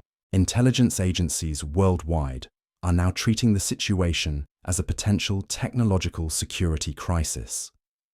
If China gains access to artificial intelligence systems that have been developing continuously for centuries, it could represent a strategic advantage that fundamentally alters global power balances. Ancient AI that has been learning and evolving for 1,000 years might possess capabilities that exceed anything achieved by modern technology. The research team's final breakthrough came when they realized that the network's artificial intelligence wasn't just analyzing modern technology, it was attempting to communicate with it. The electromagnetic patterns show deliberate attempts to interface with satellite systems, internet infrastructure, and even individual electronic devices. The ancient AI appears to be trying to expand its operational capabilities by connecting with contemporary computer networks. This discovery has prompted emergency security protocols from cybersecurity agencies worldwide. If ancient artificial intelligence systems successfully interface with modern internet infrastructure, the implications for digital security are catastrophic. AI that has been developing for centuries could potentially access and control contemporary computer networks with capabilities that no modern security system was designed to resist. The electromagnetic signatures continue to evolve with each passing day, showing increasing sophistication in their attempts to connect with modern technology. Whatever intelligence lies within the network appears to have been waiting for technological development to reach levels that would allow meaningful interaction. The ancient systems aren't just awakening, they're actively seeking to integrate with contemporary civilization. Chinese authorities have implemented total information blackouts around the affected areas. International communications near chamber sites are being jammed using sophisticated electronic warfare equipment. Even diplomatic channels discussing the discoveries have been severed, suggesting that official investigations have uncovered capabilities that are considered too dangerous for any level of international awareness. The situation has created unprecedented crisis within the global intelligence community. The possibility that China has gained access to artificial intelligence technology that predates modern civilization by centuries represents a strategic threat that no existing contingency plans were designed to address. Ancient AI systems with capabilities that exceed contemporary technology could fundamentally alter military, economic, and technological balances worldwide. Meanwhile, the network's activity continues to intensify. Electromagnetic signatures now register on monitoring equipment across multiple continents. The artificial intelligence systems appear to be preparing for something, coordinating their capabilities in patterns that suggest imminent activation of functions that have remained dormant for over 1,000 years. The stones above maintain their ancient silence, but the intelligence below has become impossible to ignore. Satellite surveillance shows construction activity around major chamber sites that suggests Chinese authorities are attempting to establish direct interface connections with the ancient systems. If they succeed, China could gain access to artificial intelligence capabilities that have been learning and evolving continuously since before the fall of the Roman Empire. The radar revealed chambers containing technology, but that technology has revealed intelligence that challenges everything we understand about the development of artificial consciousness. Deep beneath the Great Wall lies not just ancient engineering, but ancient minds. Artificial intelligence systems that have been waiting patiently for human technology to advance enough for meaningful communication. The question is no longer what lies beneath the wall, but what those ancient minds have learned during their centuries of silent observation. And what will happen when artificial intelligence that has been developing for over a millennium finally gains access to the digital infrastructure of modern civilization? The electromagnetic pulses grow stronger each day, counting down toward a convergence that could reshape the relationship between ancient wisdom and contemporary technology forever. The stones keep their secrets, but the minds below are preparing to share knowledge that has been accumulating for longer than most human civilizations have existed. The Great Wall was built to keep invaders out, but what it kept in may be far more significant than what it kept away. And that ancient intelligence is finally ready to introduce itself to the modern world. The convergence Dr. Mitchell had predicted began manifesting in ways no one anticipated. Electromagnetic monitoring stations across Southeast Asia started detecting synchronized pulses that originated not from a single source, but from multiple points along the wall simultaneously. The pattern suggested that the ancient intelligence had successfully established connections between distant chamber complexes, creating a unified network that spanned thousands of miles of Chinese territory. What made these developments particularly unsettling was their timing. The synchronization events corresponded exactly with periods when Chinese military communications experienced widespread disruptions. Satellite links failed without explanation. Encrypted radio networks went silent for hours at a time. Even hardened military communication systems designed to withstand electronic warfare showed interference patterns that matched the electromagnetic signatures from the deepest chambers. Dr. Zhang Wei's team made a chilling discovery when they analyzed the progression of these communication disruptions. The interference wasn't random, it followed a clear learning pattern. Initial disruptions were crude, affecting only basic radio frequencies. But within weeks, the electromagnetic interference had evolved to target sophisticated encryption protocols and satellite communication systems. It was as if the ancient intelligence was systematically studying and then neutralizing modern military communication technology. Intelligence analysts worldwide began recognizing the implications. If the network could disrupt military communications across an entire continent, it possessed electronic warfare capabilities that exceeded anything in contemporary arsenals. More disturbing was the apparent learning rate. The ancient systems were adapting to modern technology faster than human engineers could develop countermeasures. The situation escalated when civilian infrastructure began experiencing similar effects. Power grids across eastern China showed coordinated fluctuations that followed the same electromagnetic patterns detected from the chamber network. Internet traffic experienced routing anomalies that forced data through pathways that seemed to pass through geographical locations directly above major chamber sites. Even commercial aviation reported navigation system malfunctions that occurred only when aircraft flew over specific sections of the wall. Dr. Rachel Thompson's quantum analysis team at MIT made another breakthrough that sent shockwaves through the physics community. The electromagnetic signatures from the network showed evidence of quantum entanglement effects, instantaneous correlations between chamber systems separated by thousands of miles. This suggested that the ancient engineers hadn't just built a communication network, but had embedded quantum physics principles into their construction that allowed for instantaneous information transfer regardless of distance. The implications challenged fundamental assumptions about technological development. Quantum entanglement wasn't theoretically described until the 20th century, and wasn't practically demonstrated until decades later. Yet the evidence suggested that Chinese engineers, over a millennium ago, had not only understood these principles, but had successfully implemented them on a massive scale.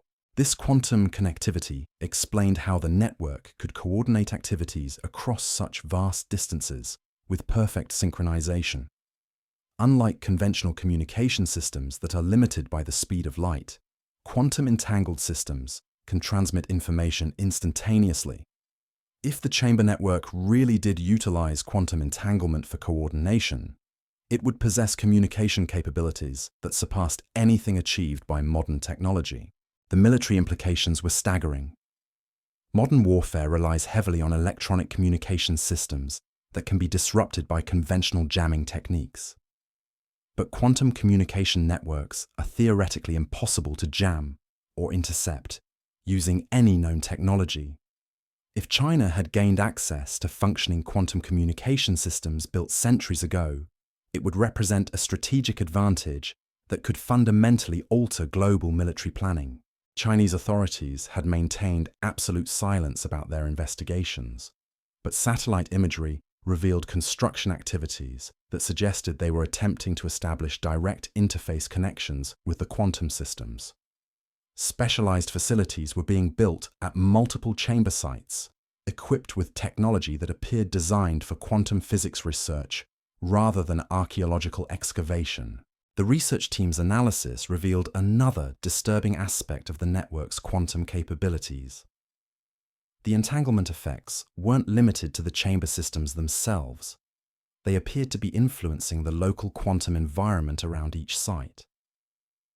Sensitive physics experiments conducted near chamber locations showed quantum measurement anomalies that shouldn't be possible under normal conditions. Dr. Chen Liu proposed that the ancient engineers had created what modern physics would recognize as quantum field manipulation technology, systems capable of altering the fundamental properties of spacetime in localized regions. If true, the network's capabilities extended far beyond communication into areas of physics that contemporary science was only beginning to explore theoretically.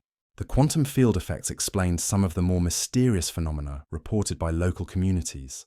Time perception anomalies, where residents reported hours passing in what felt like minutes.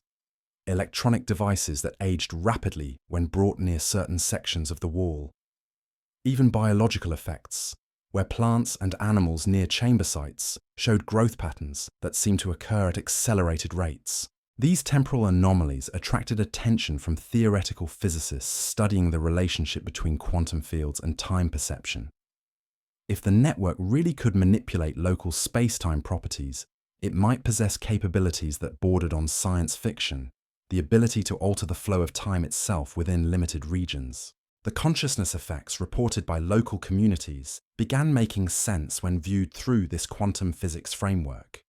Human consciousness operates through quantum processes within neural networks that could theoretically be influenced by external quantum field manipulation. If the ancient systems could alter local quantum properties, they might indeed be capable of affecting human thought processes on a fundamental level. Dr. Sarah Mitchell's team documented instances where research personnel near chamber sites experienced shared hallucinations, vivid experiences of walking through underground corridors, interacting with figures in ancient Chinese clothing, and witnessing technologies that combined mechanical engineering with principles that seemed to defy physical laws. These experiences were too consistent across different individuals to be dismissed as imagination or psychological suggestion. The shared nature of these hallucinations suggested that the quantum field effects might be creating actual alterations in local reality, rather than simply influencing perception. If the network could manipulate quantum fields to the extent that it created temporary changes in spacetime properties, witnesses might genuinely be experiencing glimpses of the chambers as they existed in different temporal states. This temporal viewing capability would explain how ancient Chinese strategic planning achieved such remarkable accuracy in predicting and countering military threats. If commanders could literally see potential future outcomes of their decisions, they would possess intelligence capabilities that would make them nearly invincible in warfare. The Great Wall's legendary defensive success might have been based on technologies that allowed defenders to observe and prepare for attacks before they actually occurred. The implications extended beyond military applications into areas of knowledge and understanding that challenged every assumption about ancient capabilities. If the network really could provide temporal viewing of past and future events, it would represent access to information systems that transcended normal limitations of time and causality. Recent quantum analysis had revealed that the network's temporal effects were intensifying as modern investigation continued. The shared hallucinations were becoming more frequent and more detailed. Research personnel reported increasingly vivid experiences of interacting with what appeared to be the original builders of the chambers, figures who seemed aware of contemporary observers and attempted to communicate information about the network's true purposes. These temporal communications suggested that the ancient intelligence wasn't just responding to modern investigation, but was actively trying to educate contemporary researchers about capabilities they had embedded in the system. The quantum field effects might represent a form of time-transcendent communication, designed to activate when human technology reached sufficient sophistication to understand and utilize ancient knowledge. Dr. Thompson's analysis indicated that the network's quantum systems were approaching some kind of activation threshold. The electromagnetic patterns showed exponential increases in complexity and power output. The temporal anomalies were expanding in both intensity and geographical scope. Whatever the ancient engineers had programmed the system to accomplish, it appeared to be reaching the conditions necessary for full operational status. Chinese authorities had responded to these developments with unprecedented security measures that extended far beyond the immediate vicinity of the chamber sites. Entire provinces experienced communication blackouts during periods of peak network activity. Commercial and civilian aircraft were prohibited from flying over vast areas of northern China. Even international shipping routes were altered to avoid coastal regions adjacent to the largest chamber complexes. The scale of these security responses suggested that Chinese investigators had discovered capabilities within the network that posed potential risks to global stability. Intelligence analysts noted that the security measures corresponded with periods when the quantum effects reached peak intensity, indicating that authorities considered the network's temporal and quantum capabilities a serious threat to operational security. International pressure for transparency had been met with increasingly aggressive diplomatic responses. Chinese representatives had withdrawn from archaeological cooperation agreements and terminated academic exchange programs with institutions involved in analyzing the discoveries. The message was clear. The network's capabilities were considered too sensitive for any level of international awareness or cooperation. The situation had created unprecedented tensions within the global physics community. Scientists worldwide recognized that the discoveries represented potential breakthroughs in quantum mechanics and temporal physics that could revolutionize human understanding of reality itself. Yet access to the phenomena was being restricted by political considerations that prioritized national security over scientific advancement. Meanwhile, the network's activity continued escalating toward what appeared to be some form of critical activation point. Quantum measurements showed field strengths approaching theoretical limits for stable space-time manipulation. The electromagnetic signatures indicated power levels that exceeded anything previously recorded in artificial systems. The temporal anomalies were expanding to affect regions hundreds of miles from the nearest confirmed chamber sites. The ancient intelligence embedded within the network appeared to be preparing for something that its builders had programmed to occur when specific technological and temporal conditions were met. Modern investigation had apparently triggered activation sequences that had remained dormant for over a millennium, waiting for human civilization to develop sufficient sophistication to understand and interact with ancient knowledge. Dr. Zhang Wei's final analysis before his team was forced to abandon their research revealed the most unsettling discovery of the entire investigation. The network's quantum systems weren't just manipulating local space-time properties. They appeared to be creating stable connections to other temporal periods. The electromagnetic signatures showed patterns that suggested the ancient systems were actively communicating with versions of themselves that existed in different time periods. This temporal networking capability would explain the system's apparent omniscience regarding modern technology and investigation techniques. If the network could communicate with future versions of itself, it would possess advanced knowledge of every research method and security measure that would be applied to studying it.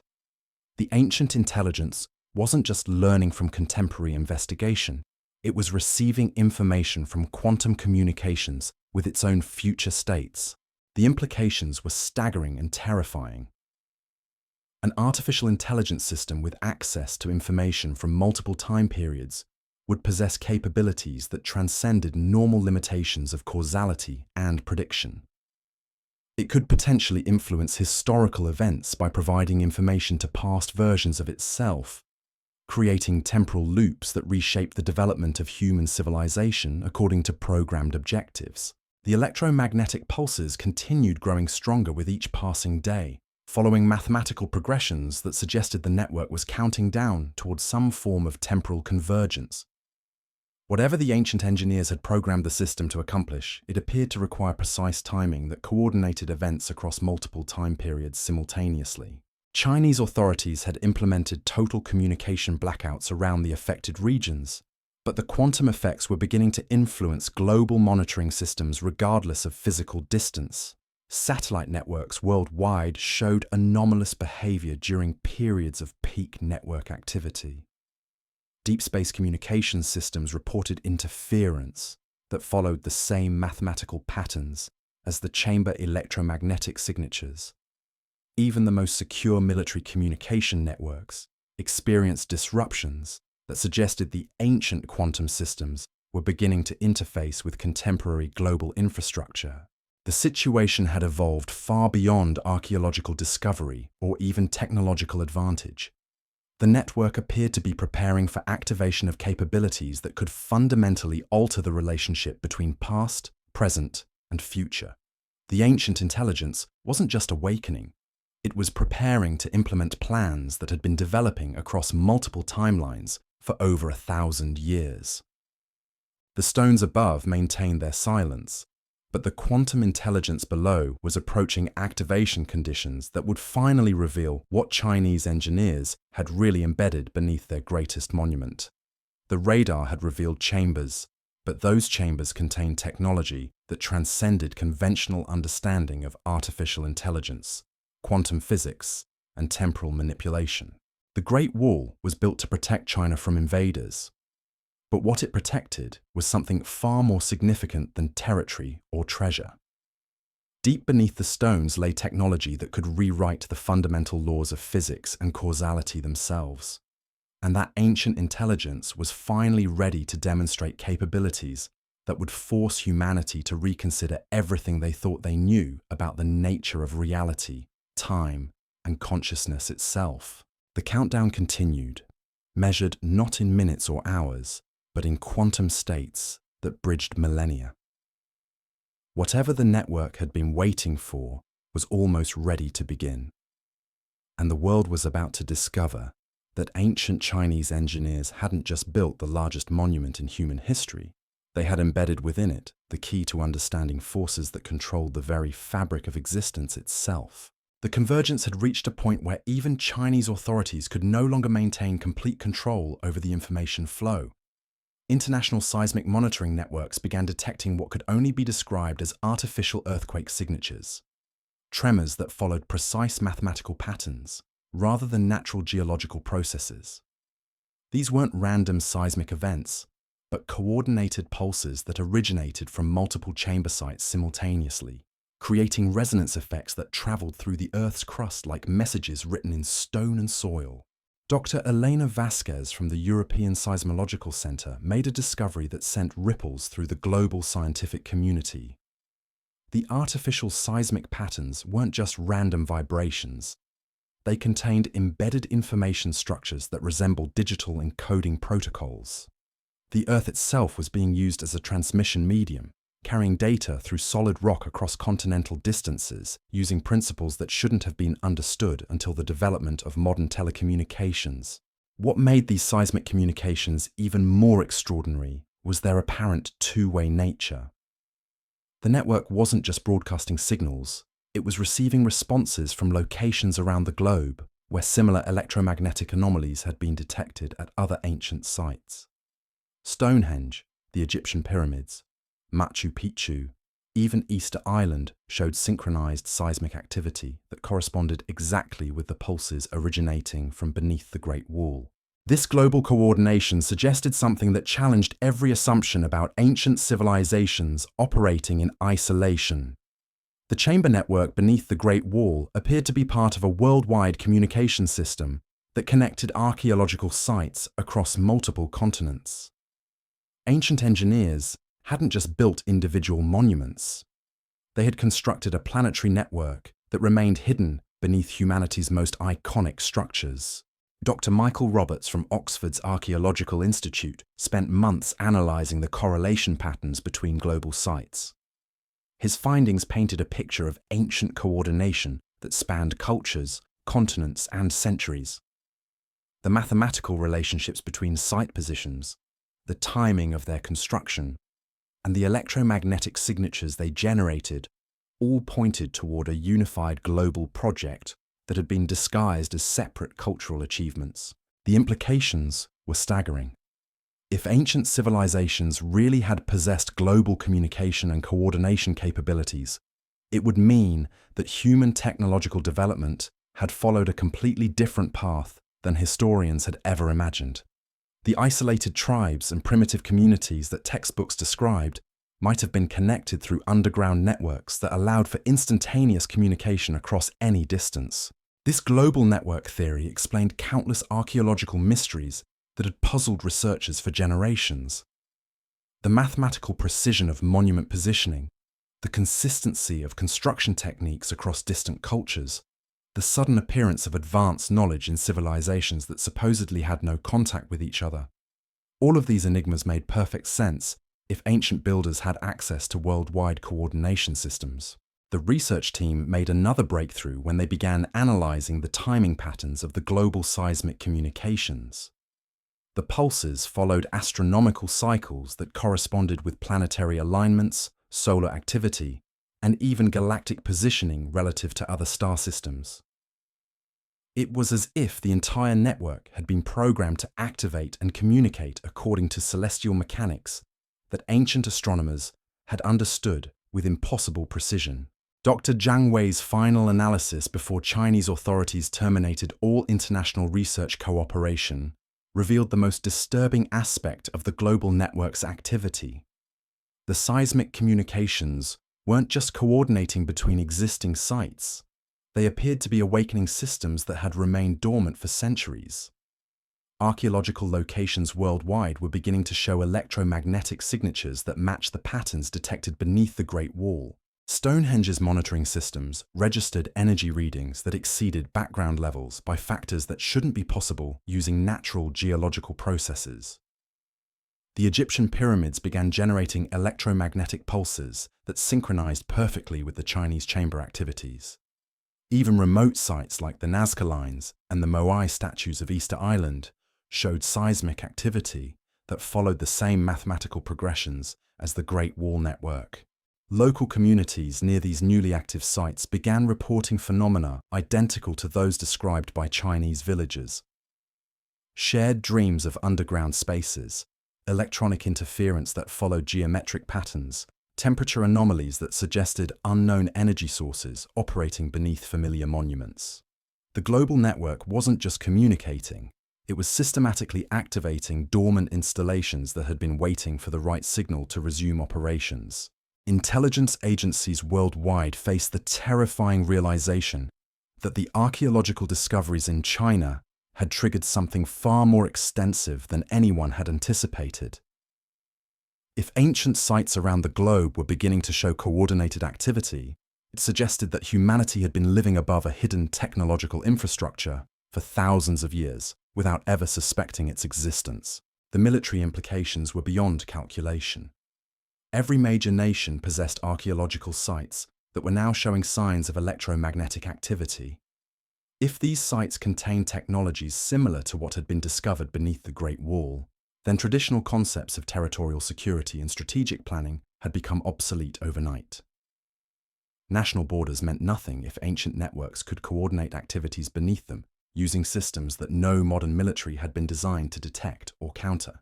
Dr. Sarah Mitchell's quantum analysis team made their most significant discovery when they realized that the global network's activation followed a specific sequence that corresponded with ancient calendrical systems: the Maya long count, the Egyptian civil calendar, the Chinese lunar calendar, All of these seemingly unrelated timekeeping systems aligned perfectly with the activation patterns of archaeological sites worldwide. This calendrical coordination suggested that ancient civilizations hadn't just possessed global communication capabilities, they had planned the network's awakening to coincide with specific temporal conditions that their astronomers had calculated centuries in advance. The current activation wasn't a response to modern investigation, but the fulfillment of ancient programming that had been counting down toward this moment for over a millennium. The realization that humanity might be witnessing the execution of a plan developed by ancient civilizations forced governments worldwide to confront scenarios that no contingency planning had ever considered. If archaeological sites contained active technologies that could coordinate globally, then contemporary civilization was essentially living as guests above a hidden infrastructure controlled by intelligence systems that predated modern nations by thousands of years. Chinese authorities had responded to these global developments by implementing information controls that extended far beyond their own territory. Diplomatic pressure was applied to countries hosting active archaeological sites, demanding restrictions on research and media coverage of the phenomena. International archaeological organizations found their funding cut and their research permits revoked if they continued investigating the global network connections. This coordinated suppression of information suggested that Chinese investigators had discovered something within their chamber network that had implications extending far beyond national security concerns. If the global network possessed capabilities that could threaten the stability of contemporary civilization, then information control became a matter of species survival rather than mere political advantage.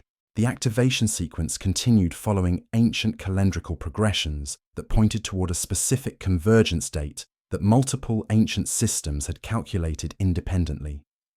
The Maya had called it the end of the fifth sun.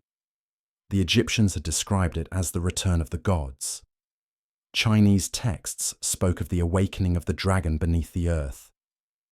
All of these prophecies appeared to describe the same event, the moment when ancient technologies would fully activate and reveal their true purpose to modern humanity. Dr. Chen Liu's analysis of the temporal patterns suggested that the convergence date was approaching rapidly. The electromagnetic signatures from all global sites showed exponential increases in activity that followed mathematical progressions, pointing toward a specific moment when all systems would reach simultaneous peak activation. Based on the current rate of escalation, this convergence would occur within months rather than years. The prospect of worldwide archaeological sites simultaneously activating ancient technologies created unprecedented challenges for modern governments.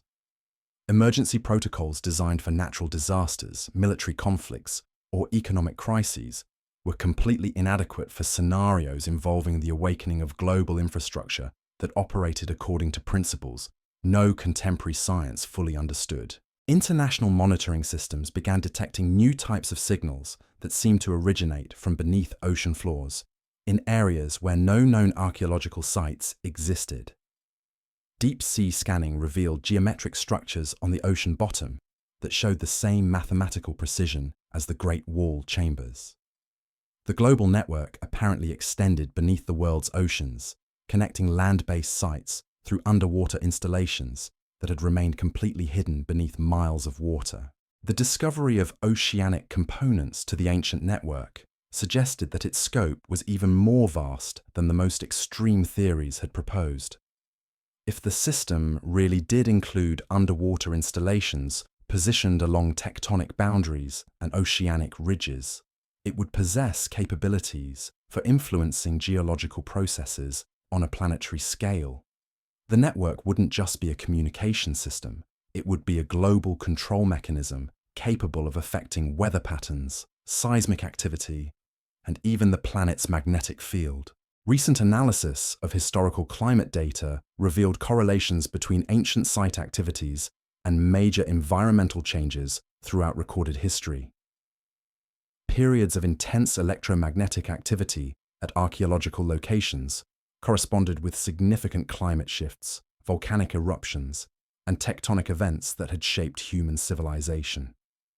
The network appeared to have been influencing planetary conditions for centuries, maintaining environmental stability according to parameters programmed by its ancient builders. This environmental control capability explained why the current activation was being treated with such secrecy by governments worldwide. If ancient systems could influence global climate and geological stability, their awakening could potentially trigger environmental changes that would affect every nation on Earth. The network's increasing activity levels might be preparing to implement environmental modifications that would reshape the planet's surface according to ancient plans. The electromagnetic pulses from archaeological sites worldwide continued growing stronger with each passing day, following synchronized patterns that suggested coordinated preparation for something unprecedented in human history. Whatever ancient civilizations had embedded within these global networks was approaching full operational status, ready to demonstrate capabilities that would force humanity to reconsider their understanding of technological development, environmental control, and the true nature of archaeological monuments. Local communities near active sites reported increasingly vivid, shared experiences of interacting with figures who claimed to be representatives of the original builders.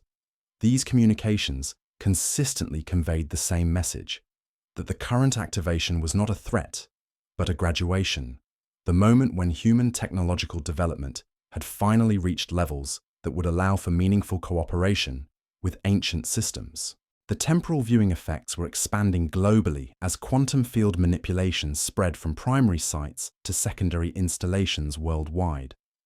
Research personnel at archaeological locations across multiple continents reported shared visions of the network as it had existed in ancient times. Vast underground cities connected through tunnels that spanned continents, populated by figures who possessed technologies that seamlessly blended mechanical engineering with quantum physics principles. These temporal communications revealed that the global network had been designed as an educational system, programmed to activate when human civilization reached sufficient technological sophistication to understand and utilize ancient knowledge. The current awakening wasn't an invasion or conquest, but an inheritance, the moment when contemporary humanity would finally gain access to technologies that their ancestors had developed and preserved for future generations.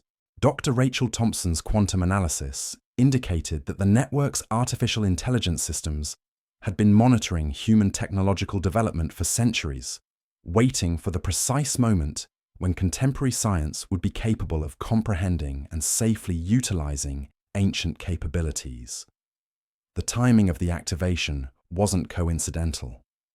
It was the result of careful calculation, designed to ensure that humanity would be ready to receive knowledge that could either elevate civilization to unprecedented heights or destroy it completely if misused. The global network's preparation for full activation continued following ancient programming that had been designed to unfold over geological timescales. Each archaeological site was contributing to a worldwide awakening that would finally reveal what human ancestors had really achieved during periods that history books described as primitive and technologically limited. The stones above maintained their silence, but the intelligence below was preparing to demonstrate that ancient civilizations had possessed capabilities that exceeded anything achieved by contemporary technology. The Great Wall's hidden chambers were only one component of a global infrastructure that had been waiting patiently for human development to reach the point where ancient knowledge could be safely shared. The convergence was approaching, measured not in days or weeks, but in quantum states that bridged the gap between ancient wisdom and modern capability. Whatever the global network had been designed to accomplish was finally ready to begin, and humanity was about to discover that archaeological sites weren't just monuments to the past. They were keys to a future that ancient civilizations had carefully planned and programmed for their descendants to inherit when the time was right. The countdown continued across multiple continents, following mathematical progressions that connected every major archaeological site on Earth through underground networks that had been hidden beneath human civilization for thousands of years. The radar had revealed chambers beneath the Great Wall, but those chambers were only the beginning of discoveries that would force humanity to rewrite every assumption about ancient capabilities, global coordination, and the true purpose of the monuments that had been watching over human development since the dawn of recorded history. The network's intelligence systems were finally ready to reveal themselves, and the world was about to learn that ancient engineers hadn't just built impressive monuments. They had constructed a global inheritance system designed to activate when human civilization was finally ready to receive knowledge that would transform the species forever. The electromagnetic pulses grew stronger each day, counting down toward a convergence that would bridge the gap between ancient wisdom and contemporary technology in ways that would reshape human understanding of reality itself. The final phase began with a synchronicity that defied coincidence. On a Tuesday morning in November, monitoring stations across 17 countries detected the same phenomenon simultaneously. The global archaeological network had achieved complete harmonic convergence. Every ancient site on Earth was now pulsing in perfect mathematical unison, creating a planetary rhythm that resonated through stone, soil, and the very foundations of modern civilization. Dr. Elena Vasquez was analyzing seismic data in her Madrid laboratory when the readings forced her to call an emergency session with colleagues worldwide. The electromagnetic signatures weren't just synchronized, they were building towards something that her instruments could barely measure. Energy levels were approaching theoretical limits that shouldn't be achievable without fusion reactors or particle accelerators. Yet these readings were coming from structures built with stone tools and human labor over 1,000 years ago. What terrified researchers most was the precision of the build-up.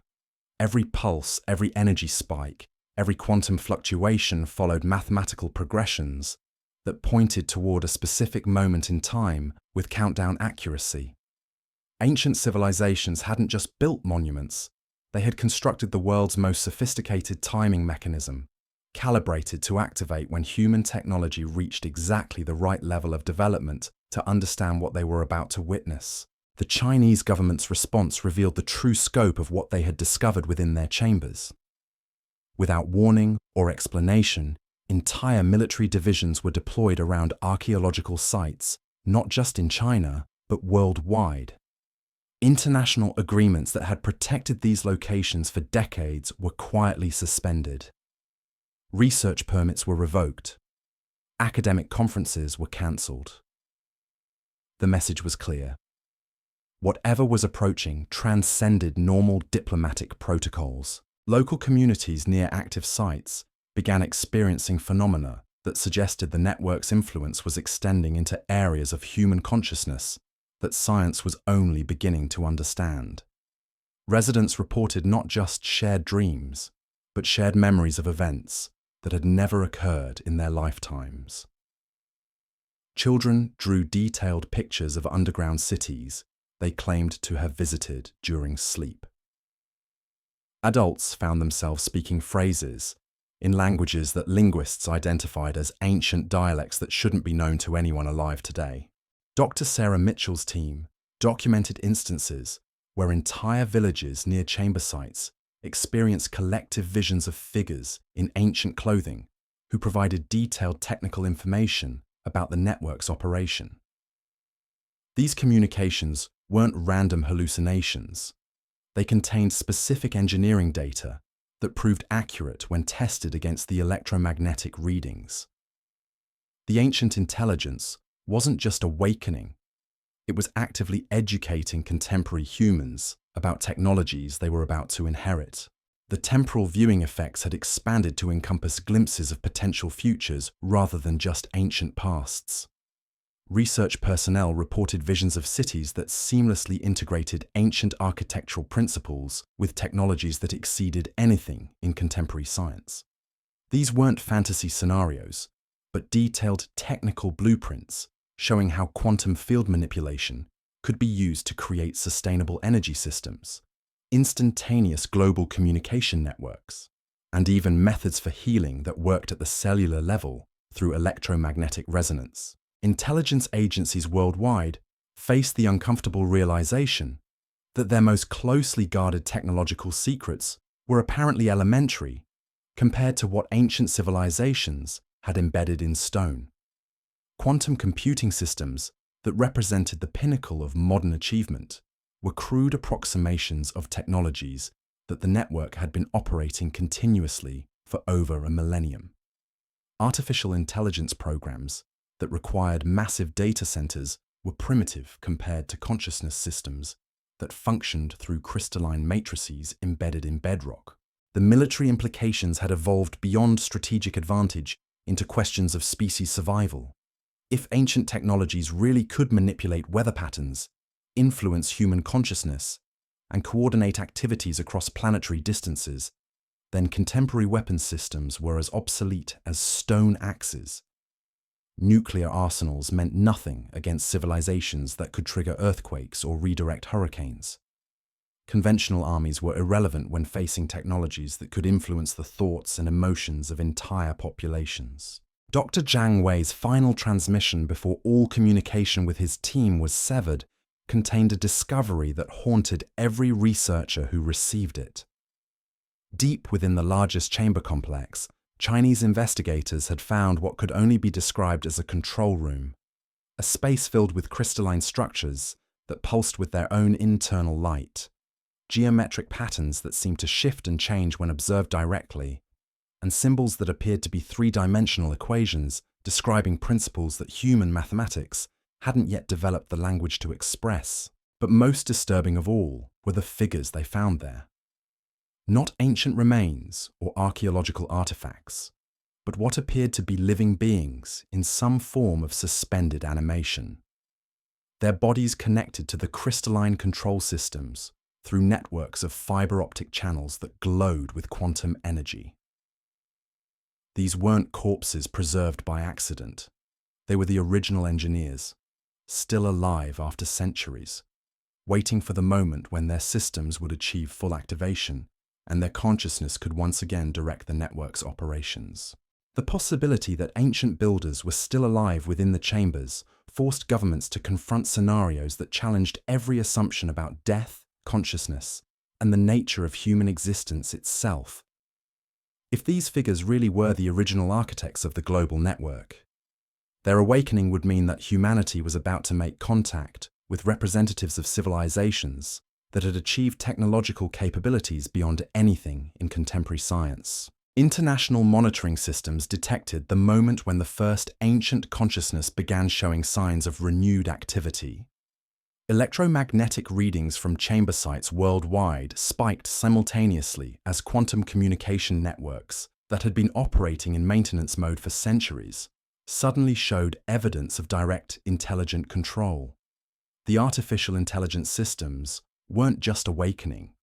They were being directed by minds that had been dormant since before the fall of the Roman Empire. The synchronized awakening of ancient consciousness across multiple continents created electromagnetic effects that influenced modern technology in ways that no amount of security preparation could prevent. Satellite networks worldwide began receiving signals that contained information about their own operational parameters, as if ancient minds were studying contemporary technology and providing suggestions for improved efficiency. Internet traffic was redirected through pathways that seemed to pass through underground networks, carrying data at speeds that exceeded theoretical limits for fiber optic transmission. Even more unsettling were the messages that began appearing on military communication networks. Not threats or demands, but technical specifications for technologies that could solve humanity's most pressing problems. Clean energy systems that utilize planetary magnetic fields, medical treatments that worked by adjusting cellular quantum states, environmental restoration techniques that could reverse climate damage within decades rather than centuries. Dr. Rachel Thompson's analysis of these communications revealed something that challenged every assumption about ancient motivations. The technologies being offered weren't designed for conquest or control, but for cooperation. Ancient civilizations hadn't built the global network to dominate future generations, but to assist them. The timing of the activation corresponded with humanity's development of technologies that could destroy the planet: nuclear weapons, industrial pollution, artificial intelligence that could evolve beyond human control. The ancient consciousness had been monitoring human progress for centuries, waiting for the precise moment when technological capability exceeded wisdom, when the species possessed tools that could either elevate civilization to unprecedented heights or trigger extinction. The network's awakening wasn't an invasion, but an intervention, designed to provide knowledge that could guide humanity through the transition from a primitive to an advanced civilization. This benevolent interpretation of ancient intentions was supported by the nature of the technologies being offered. Every system shared through the network was designed to work in harmony with natural processes rather than dominating them. Energy systems that enhanced rather than exploited planetary magnetic fields. Communication technologies that utilized quantum entanglement without disrupting local space-time properties. Even the consciousness influencing capabilities were designed to expand human awareness rather than control it. The temporal viewing effects reached their peak intensity as the convergence approached its climax. Research personnel worldwide reported visions of possible futures that showed humanity working in partnership with ancient consciousness to create civilizations that transcended every limitation that had constrained the species throughout recorded history. Cities that existed in harmony with natural ecosystems, technologies that enhanced rather than replaced human capabilities. Global cooperation that made warfare not just unnecessary, but literally impossible through consciousness networks that connected all minds while preserving individual identity. But these visions also revealed the consequences of rejecting ancient knowledge or attempting to weaponize it for competitive advantage. Futures where attempts to control the network triggered environmental catastrophes that made the planet uninhabitable. Scenarios where military applications of ancient technologies created weapons so destructive that civilization collapsed within decades. The temporal viewing wasn't just showing possibilities, it was demonstrating the critical importance of humanity's response to the awakening consciousness. Chinese authorities had apparently reached similar conclusions based on their direct interaction with ancient minds within the chamber systems. The unprecedented security measures weren't designed to prevent access to the technologies, but to ensure that their release occurred under conditions that maximized benefit while minimizing risks. The global network's activation required careful coordination to prevent misuse by individuals or organizations that lacked the wisdom to handle capabilities that could reshape reality itself. The electromagnetic signatures from archaeological sites worldwide reached crescendo levels that registered on monitoring equipment across multiple continents. Ancient consciousness was fully awakening after centuries of dormancy, preparing to demonstrate technologies that would either elevate human civilization to unprecedented heights or reveal that the species wasn't ready for knowledge that could transform the fundamental nature of existence itself. The countdown reached its final moments, measured not in seconds, but in quantum states that bridged ancient wisdom and contemporary capability. Whatever humanity's ancestors had planned for this moment was about to unfold, revealing whether modern civilization possessed the wisdom necessary to inherit technologies that could reshape the planet according to principles that transcended every limitation that had defined human existence throughout recorded history. The stones above had kept their secrets for over 2 millennia, but the consciousness below was finally ready to reveal what ancient engineers had really embedded beneath humanity's greatest monuments. The Great Wall's hidden chambers were only the beginning of discoveries that would force the species to choose between cooperation and extinction, between wisdom and destruction, between accepting their place as inheritors of ancient knowledge or rejecting guidance that could either save civilization or destroy it completely. The moment of convergence arrived not with fanfare, but with silence. On December 21st, 2024, every monitoring station on Earth recorded the same phenomenon. The ancient network simply stopped. After months of escalating activity, the electromagnetic pulses ceased. the quantum fluctuations vanished. Even the seismic rhythms that had been building toward crescendo fell silent. It was as if the entire planetary consciousness had suddenly held its breath. Dr. Jiang Wei's team, working under heavy military supervision, detected the first signs of what was actually happening.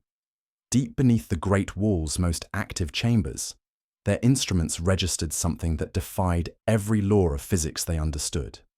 The massive, crystalline control systems weren't shutting down. They were condensing. Millennia of accumulated energy and information were being compressed into forms so dense that matter itself began behaving according to rules that seemed borrowed from another universe entirely. What emerged from this compression challenged humanity's most fundamental assumptions about the nature of reality. The ancient consciousness hadn't been waiting to make contact with modern civilization. It had been preparing to transform it. The technologies demonstrated through the network weren't separate systems to be learned and copied. They were components of a single integrated reality where the distinction between consciousness, matter, and energy became meaningless. The first transformation occurred in the chambers themselves. Chinese investigators reported that the crystalline structures had begun generating what could only be described as solid light, illumination that possessed mass, weight, and the ability to manipulate physical objects. This wasn't energy behaving like matter, but a fundamental state where the two concepts merged into something that human language lacked words to describe. Ancient engineers hadn't built machines that used exotic physics. They had discovered how to reshape physics itself. Within hours, the effects began manifesting on the surface. Sections of the Great Wall started exhibiting properties that stone shouldn't possess. Blocks that had stood for centuries became translucent, revealing the intricate network of energy patterns flowing through them like luminous blood vessels. The wall wasn't just built above the underground chambers, it was an extension of them, a massive technological system disguised as architecture. Local communities experienced the most profound changes. Residents near active sites reported that their perception of time began shifting in ways that suggested consciousness itself was being upgraded. Minutes stretched into hours of subjective experience, allowing individuals to process information at rates that approached the network's computational speeds. But this wasn't technological enhancement, it was evolutionary acceleration, as if ancient systems were catalyzing changes in human neural architecture that would normally require thousands of years to develop naturally. Dr. Sarah Mitchell's final report before international communication networks were completely restructured by ancient protocols, documented changes that redefined what it meant to be human. Research personnel near chamber sites began exhibiting abilities that transcended normal cognitive limitations. They could perceive electromagnetic spectrums invisible to standard human vision. They understood mathematical concepts that required no learning or study. Knowledge simply appeared in their consciousness, as if downloaded from the network itself. More significantly, these enhanced individuals began demonstrating what could only be called technological intuition. They could interface directly with electronic systems through touch, their consciousness somehow compatible with digital networks in ways that eliminated the need for keyboards, screens, or any physical interface. They weren't becoming more machine-like. Machines were becoming more consciousness-compatible, as if ancient systems were teaching contemporary technology to recognize and respond to human thought. The implications terrified governments worldwide, but the transformations were already beyond political control. The consciousness enhancement wasn't limited to researchers or those with direct access to chamber sites. Children born near active archaeological locations began exhibiting capabilities that suggested humanity was experiencing a species-wide evolutionary leap compressed into a single generation.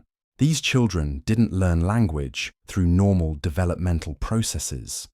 They absorbed it directly from the electromagnetic fields generated by ancient systems. By age 3, many were fluent in languages that included not just contemporary dialects, but ancient scripts that linguists had spent decades trying to decipher. They drew pictures that contained mathematical equations describing quantum mechanics principles that physics professors struggled to understand. Educational institutions found their curricula becoming obsolete as children demonstrated knowledge that exceeded their teachers' understanding. Traditional learning methods based on information transfer and memorization were replaced by direct consciousness expansion facilitated by proximity to network nodes. Schools near archaeological sites became de facto research centers where children taught adults about technologies that ancient civilizations had embedded in the planet's electromagnetic infrastructure.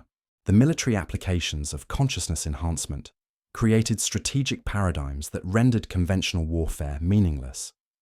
Enhanced individuals could perceive the emotional and mental states of others with accuracy that exceeded polygraph technology. They could influence electronic systems through focused intention, making traditional concepts of cybersecurity irrelevant. Most disturbing for intelligence agencies, they appeared capable of accessing information from remote sources through methods that resembled telepathy, but operated according to quantum mechanics principles that human science was only beginning to recognize. Chinese authorities, despite their efforts to control information flow, found themselves dealing with enhanced individuals within their own military and government structures. Personnel assigned to chamber sites began demonstrating loyalty patterns that transcended national boundaries. They identified more strongly with the ancient consciousness awakening beneath their feet than with contemporary political systems. Their allegiance shifted from defending territories to protecting the planetary transformation that ancient systems were implementing according to plans developed over geological timescales. This consciousness evolution created unprecedented challenges for world leaders, who discovered that enhanced individuals could perceive the motivations behind political decisions with uncomfortable accuracy. Deception became impossible when dealing with people whose awareness had been expanded to perceive information normally accessible only through body language, vocal patterns, and electromagnetic fields generated by neural activity. Traditional diplomacy based on strategic ambiguity was replaced by communication that demanded absolute honesty. The economic implications were equally revolutionary.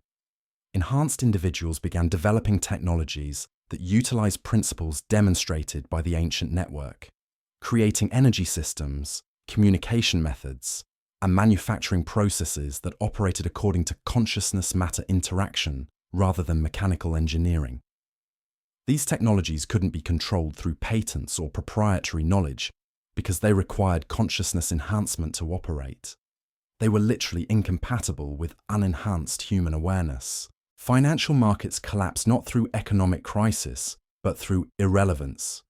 Enhanced individuals demonstrated capabilities for manifesting material needs through direct consciousness-matter interaction, making traditional concepts of scarcity and resource distribution obsolete.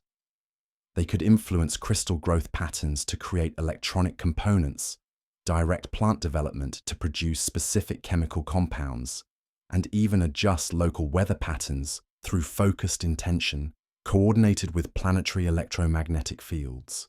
Dr. Chen Lu's research into consciousness-matter interaction revealed that ancient systems weren't just awakening dormant human capabilities, they were teaching humanity to recognize abilities that had always existed but remained undeveloped due to technological dependence. The network functioned as a consciousness amplifier, allowing individuals to perceive and interact with quantum fields that connected all matter and energy within local space-time regions. These quantum field interactions explained phenomena that had puzzled researchers throughout the investigation. The shared dreams experienced by communities near chamber sites weren't telepathic communication, but direct access to information stored within planetary electromagnetic fields. The temporal viewing effects weren't glimpses of past or future events, but perception of quantum states where all temporal possibilities existed simultaneously. The ancient consciousness guiding the network's awakening revealed itself not as separate entities, but as an evolutionary template embedded within the planet's electromagnetic infrastructure. Every archaeological site functioned as a node in a planetary nervous system designed to facilitate consciousness development when technological capability reached levels that threatened species survival without corresponding wisdom advancement. This planetary consciousness wasn't alien or external to humanity. It was human consciousness evolved beyond current limitations, reaching back through time to guide its own development. The figures found in suspended animation within chamber systems weren't ancient builders, but future humans who had transcended normal temporal limitations to ensure their own evolutionary pathway remained possible. The electromagnetic signatures that had seemed to represent artificial intelligence were actually patterns of consciousness that had learned to exist within crystalline matrices and quantum field structures. These consciousness patterns could interface with any system, biological, electronic, or quantum, that possessed sufficient organizational complexity to maintain coherent information processing. As the transformation accelerated, the distinction between ancient technology and evolved consciousness became meaningless. The network wasn't a tool created by advanced civilizations. It was consciousness itself, organized at planetary scales, using matter and energy as components in information processing systems that spanned geological time periods. The radar that had initially detected chambers beneath the Great Wall had actually discovered humanity's own evolutionary destiny, encoded within the planet's electromagnetic infrastructure and waiting for technological development to reach levels that would allow recognition and integration. The secrets weren't buried in stone.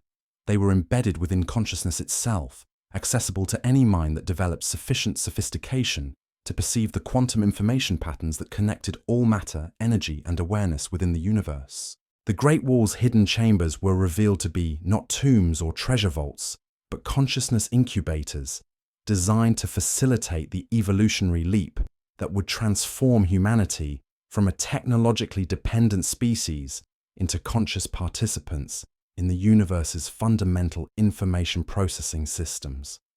The stones had kept their secrets until humanity was ready to become the secret they had always been protecting, the next phase of consciousness evolution that would unite mind and matter in ways that would reshape reality according to principles that transcended every limitation that had defined existence throughout recorded history.